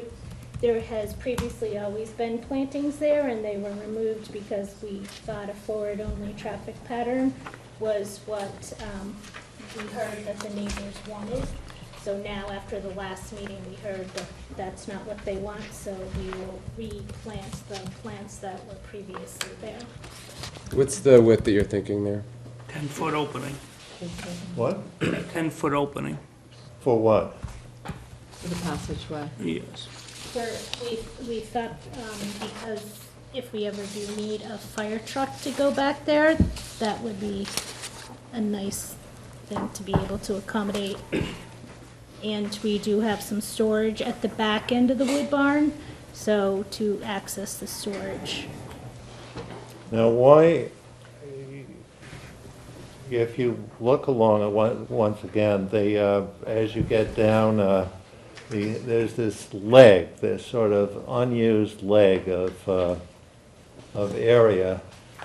Down towards Forest Street? Down towards Forest Street. I mean, the question I have is why you couldn't provide 15 more feet of buffer along that lot line. It would cut into this space, but the space doesn't seem to be hugely, it doesn't seem to have any purpose. That is where we store at our tables and. No, but that's outside the 30 feet, though. No, what we're proposing in that other additional 15 feet is a grow-out area again. So it would go the property line, 3-foot drainage swath, fence 15 feet in. So now we're at 15. And then we have a planting bed on the back side of that, another 6 feet. So now we're at 20, 21. So we're not far off from the 30 feet as it stands right here. We're only talking 6 or 8 feet. But you've only got vegetation on one side of the fence, not Two on sides both. of the Two fence. sides. Whereas, So, Drainage swale, fence. And then on Lepori's property as well, we talked about spotting. No, I don't want that, please. Yeah. I want all the plantings on that property. I was going to say you need to check the zoning, because I think it says on both sides. it does say on both sides. There is shown some planting on the inbound. The spruces, the Norway white and blue Norway spruces you're spruces. showing on the Lepori side of the fence. Correct. And then You there's don't, you don't want arborvitae's. those. That's my land. The fence should be moved back and plantings on both sides of the fence. Why should I give up my we property? can do plantings on both sides. We just suggested on her side The- that she No, would the have the input. spruces are on your side of the fence, but they're on your property. Well, when Josh and Pam met, they did talk about, Josh offered up that we could plant it wherever she wanted. So if she was on her property, she could look to see where the voids are. This drawing, proposed conditions and drainage plan doesn't show those Norway white and blue spruces on your side of the property. I know on that side of the fence. They do. But on your side of the property line. They're currently shown on this plan between the fence and the property line. Right. Right. So they're displayed on the Lepori side of the fence, but they're planted on your property. Yes, we can. But in addition, there was We- discussion about whether Ms. Lepori would like to have some of those planted on her property to fill in. So my understanding, you right, Mr. Lepore, you don't want these even on your side of the fence, even if they're on their property? No, they're Josh going and to I- be on their property. When Josh and I met, I was still insistent that they move the land care yard, and that's the only reason I said sure to that. And he had also said it was a 12-foot fence, but I have to agree with you, a 12-foot fence is horrid. And so that was that discussion, and now that's all changed now. So again, the back, the fence is 30 feet back, there's a lot of vegetation. You know, I think that would be I fair just- for me to have the same. Just in your own benefit, to have these white and blue spruces on your side of the fence and break up this. Oh, I this agree, Large yeah. panel would be, I agree, but I Seemed to be appealing. would think, you know, it should go on their property like it is It in the is. back, like on the back. It's displayed on their property in Yeah, this plan. yeah. But I think, Alex, your idea of moving the fence over 30 feet would just prohibit any activity behind the barn there, and a fire truck can surely get around the other way if they need to get there. Well, I'm concerned with truck activity along my line again, and I think moving the fence over would alleviate that. I think they could accomplish that by just the plantings and talk rather than move the fence in. I mean, that's just.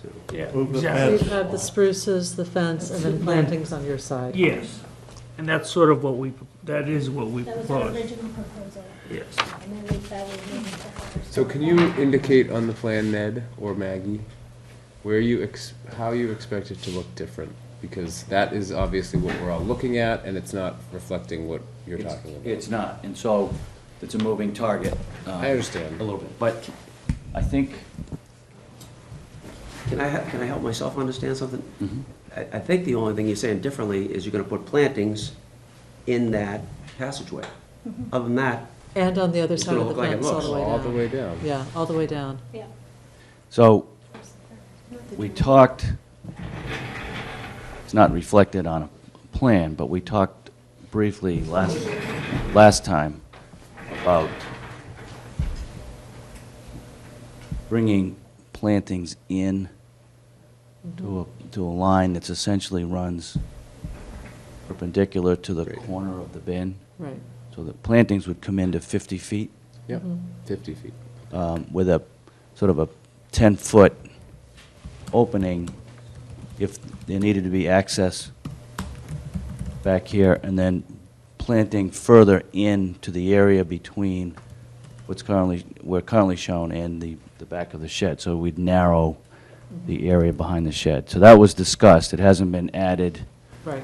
specifically to a plan, but that was discussed last time, and that remains We're willing to do that. something that they're willing to do. So you'd be essentially 50 feet off the property line with either with a planting slash fenced. Or any activity. Planting, fence, And planting. you're restricting any activity from. But And what but we- it's not the whole line. It would be a belly-out situation in the middle where the activity mostly occurs. Okay, and then come So back in basically, as you get basically closer. between, Yes. yeah, so that this point is approximately 50 feet. The nearest point of any of the bins is 49 feet from the edge of the property. So if you come in to that 50-foot point, you're capturing everything that it's going to contain by this corner to this corner. But you're gonna allow yourself 10 There'll feet be- on either way to Yeah, get there'll be into those Yes. the areas. ability to get Yes. in.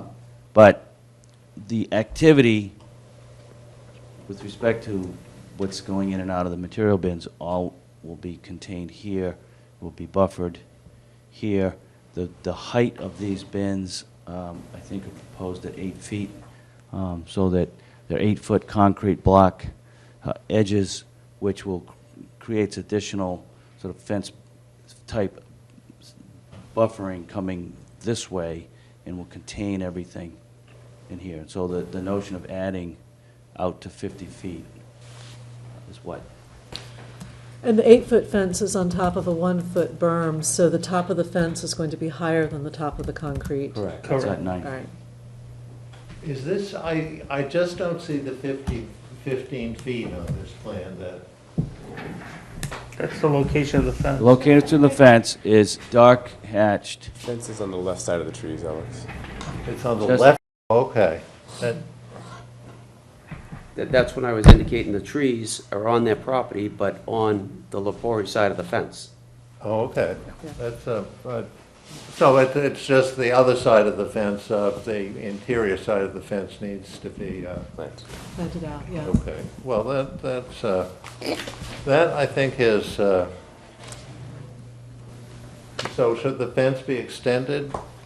They're going to extend Just it in- back to line up with the new nursery stock area line that's on the map. They don't have to extend it forward because there's not going to be anything happening in the forward area. Okay, so do we have a sense that that is not unreasonable? I just Well, have that's one, fence I number just one. have We have to one talk more about question fence on number that two. We have to talk passageway. about the second fence as well. Oh, we will, Okay. but we're talking one fence at a time. I just don't want you to. One more. Is there any way you would consider a wooden gate there to prevent people from using it as a cut-through? You can still access your storage, but it discourages people from cutting through there. You got the guy putting up the fence, and it could be much. So It wouldn't even have to be an 8-foot gate, just a. just a gate. Three-foot gate. Yeah. It's a crash gate, preserves the fire department. You'd have, that way it would give you access to do No, what we'll you put a want, chip- when piece of you chain want to. across, make But it look nice. You know, it would dissuade Right. the uninformed that you don't want people traveling through there. It would have to be a double gate. Yeah, That's that fine. would be fine. Yeah, it swings open. No, two. You Yeah. have to be two. Yeah, Two gates. Panels. Two, yeah, Because from both sides. Right. yeah. Okay, I mean, I'm mostly, Otherwise, just my, traffic. my goal would be to just discourage people from I'm not trying to prevent access back there because it sounds like you use it for storage, but I'm trying to prevent the cut-through, so, whatever you want to propose, but I think it makes the application a lot Yeah, that more makes sense. palatable. What have we done about the length of the fence We've extended the length, Alex. to the end of the tool shop? No, to Yeah. where it says new nursery Getting stock that area. planting area in the back. To the Yeah. corner of the Okay. You can sort of. There's a willow right Just there. as the willow is All right. a circle, so we'll somehow go Okay. They'll have to get the exact measure. Could I make a comment on the fence? Sure. Okay, thanks. Thanks. Phil Johanning, 23 Parkwood Drive. You know, with respect to like animals, like it seems to me that if the fence were closed, there would be less chance that any animal would enter into the property. And additionally, Maggie and Josh had mentioned before that the wind is a problem and creates a maintenance problem for the fence. So if we close the fence, it keeps animals off the property, and it reinforces the strength of the fence. It gives it like an anchor. So it seems to me to continue the fence back and enclose the property is better for sound attenuation, better for the fence, and better for the neighbors, and keeps animals out. Additionally, we have asked on a number of occasions that the fence should be on the inside for the old fields of the hemlocks on the backside. We feel that that would give us the best protection with respect to noise, and we would ask that the old fields would consider putting the fence on the eastern side, on the inside of the hemlocks, rather than on the outside of the hemlocks with respect to where they are. We're just doing the Forest Street fence now. We're going to get to the part. I thought we were talking about fences. Okay. We'll get to the other fence, but we're going to do this fence first. Okay, anything 8 feet? 8 feet. Sound attenuation. Sound attenuation material with a wider band. That seems okay. Do we have a sense that that is going to be acceptable? Remove the Yes. truck, Yes. yeah, I would say so. Okay, I think that we've got enough people who sense that.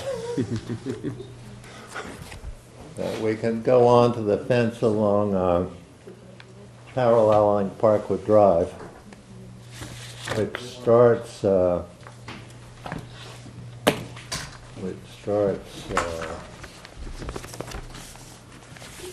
does it start halfway in from the, Starts just at the Johanning property line. okay. Yeah. And what did the Tevens say about that?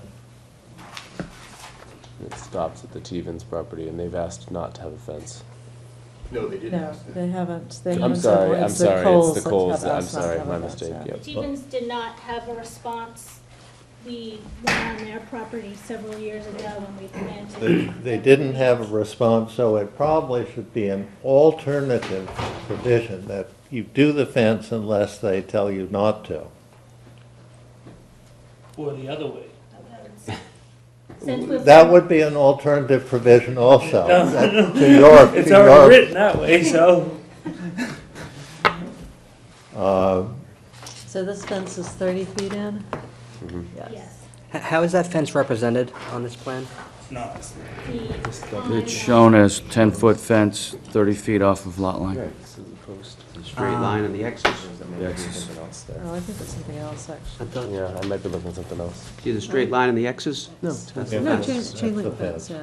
Yeah, 10-foot fence. That's the recommendation. Yeah, but the chain link is an existing fence, right? Okay, so you're going to replace that with a wooden fence? No, that's on their property. That's not ours. No, 10-foot fence. This one?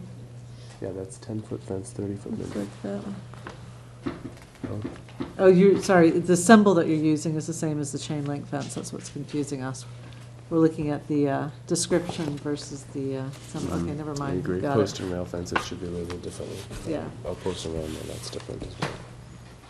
So this is going to be the same type of fence that's going along the Forest Street edge? Right. They High. have not mentioned sound attenuating material, but I have that in the back of my mind. I think the question that was raised at the last hearing. Yes. The question was height versus sound attenuation. It was represented to us that they couldn't do both. They due to- couldn't do due to both what? structural, 10 feet and the sound attenuation. Because it Because makes the fence too It heavy gets or worse something. with the sound attenuation and the height because you're gonna catch more air like a sail. Yeah, So that you could do an 8-foot with sound attenuation, but not a 10-foot It's with just sound volume, how much attenuation. air you catch. And part of our thought is that the need for sound attenuation is the area proximate to where all the activity is going to happen. You really want to block that. This area is so far from the Road Johanning property line that most of the, if there's, whatever sound there is, and there is sound, will just go straight over the top. It won't get attenuated by the fence. The fence is really more, it's sort of a visual barrier to what, of the activity that would be going on. The wood barn acts as, I'll tell us a wood barn. The barn is a three-story structure that acts as, which is more effective as a sound barrier. Well, than- except when you're using it to dump wood, or It's loading inside- then wood, it's inside the barn. or Oh, leaving with wood. I had a question on that. When you're unloading the wood in the barn, or loading, either way, is the truck able to fit completely into the barn so you can close the doors, or are the doors still open? There are no doors on the front of the barn. Okay. Oh, that's right, we saw that. I'm Um, sorry.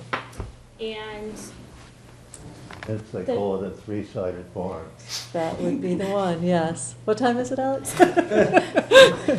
so the truck can fit mostly into it. But And the then cab it is has to sitting, slip the okay. cab is up. I guess if I could, I'd like to point out that there are 8 trucks parked along this side of the barn. So the barn doesn't actually act as a sound impediment. These are all right here.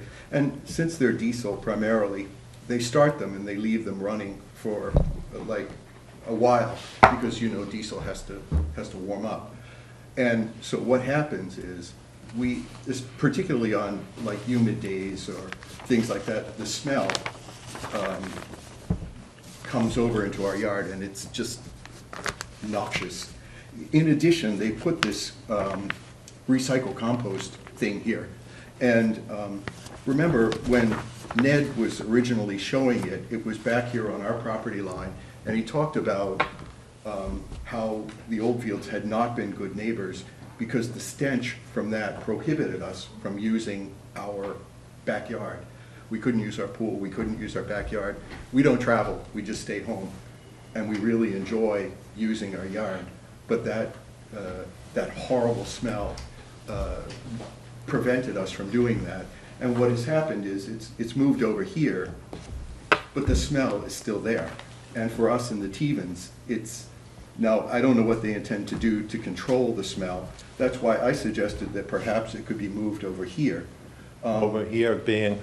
Being on this side of the Lath House. That's why I would prefer if all these trucks could Right be where the moved. Christmas tree display area is. Well, that's all right. They have full control over the property. They can put the Christmas tree display No, area over I'm here. just, no, don't. Over here. that's what it's labeled on the plan as. Sure. But they could display Christmas trees over here. That would be great. It's just a matter of consideration, like Pam was pointing out.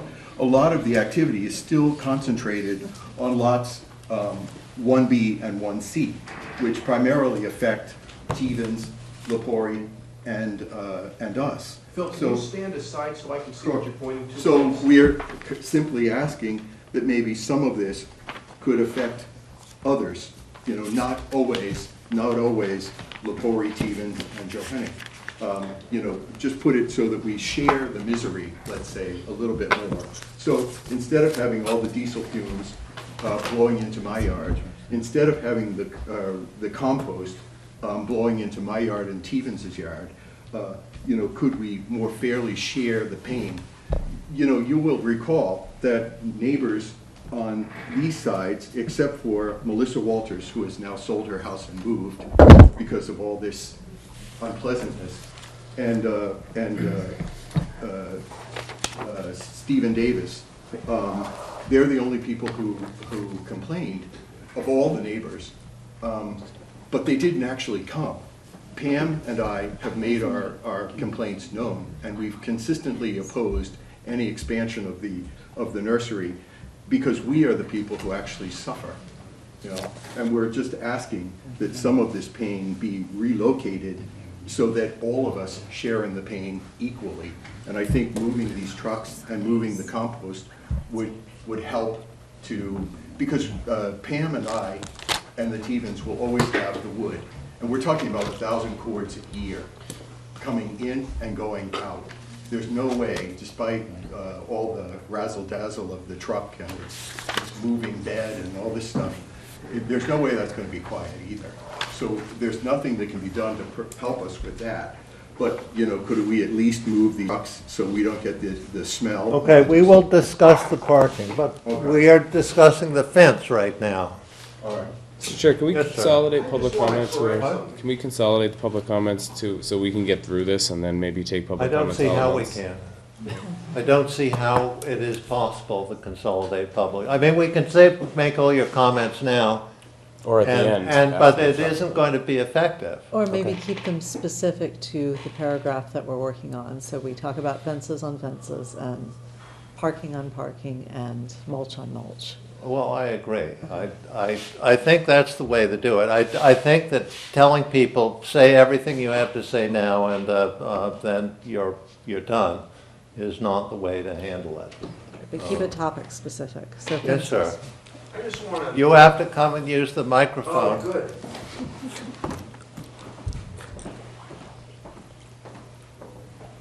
Scott Johnson, 11 Hillside Street. I just want to make a comment that there was a misstatement about having to smell the diesel fumes in a northeasterly direction from the nursery. If you note, the most commonly used landing at Logan Airport, the wind blows prevailing out of the northeast more days than any other day of the year. And I just want to correct the record that the diesel fuel blows away from the Johannick property. Thank you. Okay. Scott Now, was never visited my home, so. the fence. Are you sure of that? The fence. Do we extend it along Tevens and do we require sound attenuation? And I say yes to both. Well, Stevens hasn't asked for the fence is one, so I just, Yeah, They again, haven't- I find they a haven't 10-foot. not asked for the If you fence. would have put a 10-foot fence in my backyard, I'd rather you not. I'd rather have landscape. So I think we'd really like to hear from the Tevens before we decide to put a 10-foot fence in with it. And that's what I suggested. I suggest we require it unless they say no. well, then the next Or thing is. we can commission Tim to go try and track the Tevenses down and ask them. He probably needs to step out of the office once in a while. On the fence, you know, I appreciate the idea of the 10-foot fence with the sound attenuation being a sale. So do we, I think we have a choice. Do we require an 8-foot fence with sound attenuation or a 10-foot fence without sound attenuation? You could put the sound attenuation 6-8 feet up on the 10-foot fence. We could do. I mean, that's the other I possibility. mean, you gotta always keep in mind, this fence, like I stated last time, is at elevation 184. The back of the Johannick house is at 178. The base of the fence is already 6 feet above the house, the base of the elevation of the house. The top of this fence now is probably, what did I just say, 6 and 10, and now you're 16 feet above. I mean, again, it's just becoming, so you're putting it up in the air and it's really not doing much of anything. All right, I now, mean, I could put something 30 feet up in the air above your house, but at a certain point, it's now we have. irrelevant. Yes, agreed. Shall we contact the Tevenses? Sure. Why not? It's 10 past 10. You're thinking we should You mean continue right this? now? Yes, right now. Bring it up. If they're listening, please call in to our dedicated line. I get a little nervous about reaching out to specific abutters. That sets a precedence for me on process that going forward that I'm not very excited about. I'd prefer that we either decide to put the fence up or not put the fence up, and the Tevens have been noticed. They can come and speak if they want to. I'd prefer not to reach out to them. I think it should go down to 8 feet 8 feet? on the Tevens line. Go up to 10 feet. No. Oh, you're really getting ugly now. No. But I do agree that it's 10 past 10. I will definitely agree with you on that one. All right, Alex. we're going to have to, we have managed to locate the landscape yard tonight, and we will try and be more efficient So in continuing it in to the continuing this. 23rd, you should know that we continued the condo article to 7 o'clock. Yeah. And we have something else, That's we have not the gonna sign be- article. We have the that sign night? article as well, that, starting at 6:45. Yes. I am out of the country that week. On the 23rd. I raised that Yeah. last time we were here, but I am out of the country. But it just escaped our, But at the pace that things are going, I would be fine with my clients being here to engage in discussion with the board if the next opportunity is going to be the, I mean, everything we're discussing is not a demand, it's a suggested Right, way to compromise, yes. protect. I think we're working towards an order, I think we're working towards our conditions by, in a dialogue here, so. Right. Yeah, if you're comfortable being here on the 23rd, then I don't think we're getting that's that fine. very Yeah, late. exactly. are you okay with that? Yeah. Okay. I think they feel like they can. Okay. I mean, you're essentially All without taking a notes of license. what we're recommending, and at some point, you'll decide how you want to deal with that. Okay. but The without 23rd. Emily next time, how will we know what we've done? Tim's taking it all down as well. We're going I'll to have her allow- notes. All right, So 7:30, because with both the sign bylaw and the condominium bylaw ahead of this. you are the condominium expert. How long do you think it'll take? I think we should continue this to 7:30. Okay. So, 7:30 on the 23rd. And we have a motion to adjourn this meeting. I believe we We're did. continuing the hearing until 7:30 on the 7:30. 23rd. And we have a motion to adjourn. And all in favor? Aye.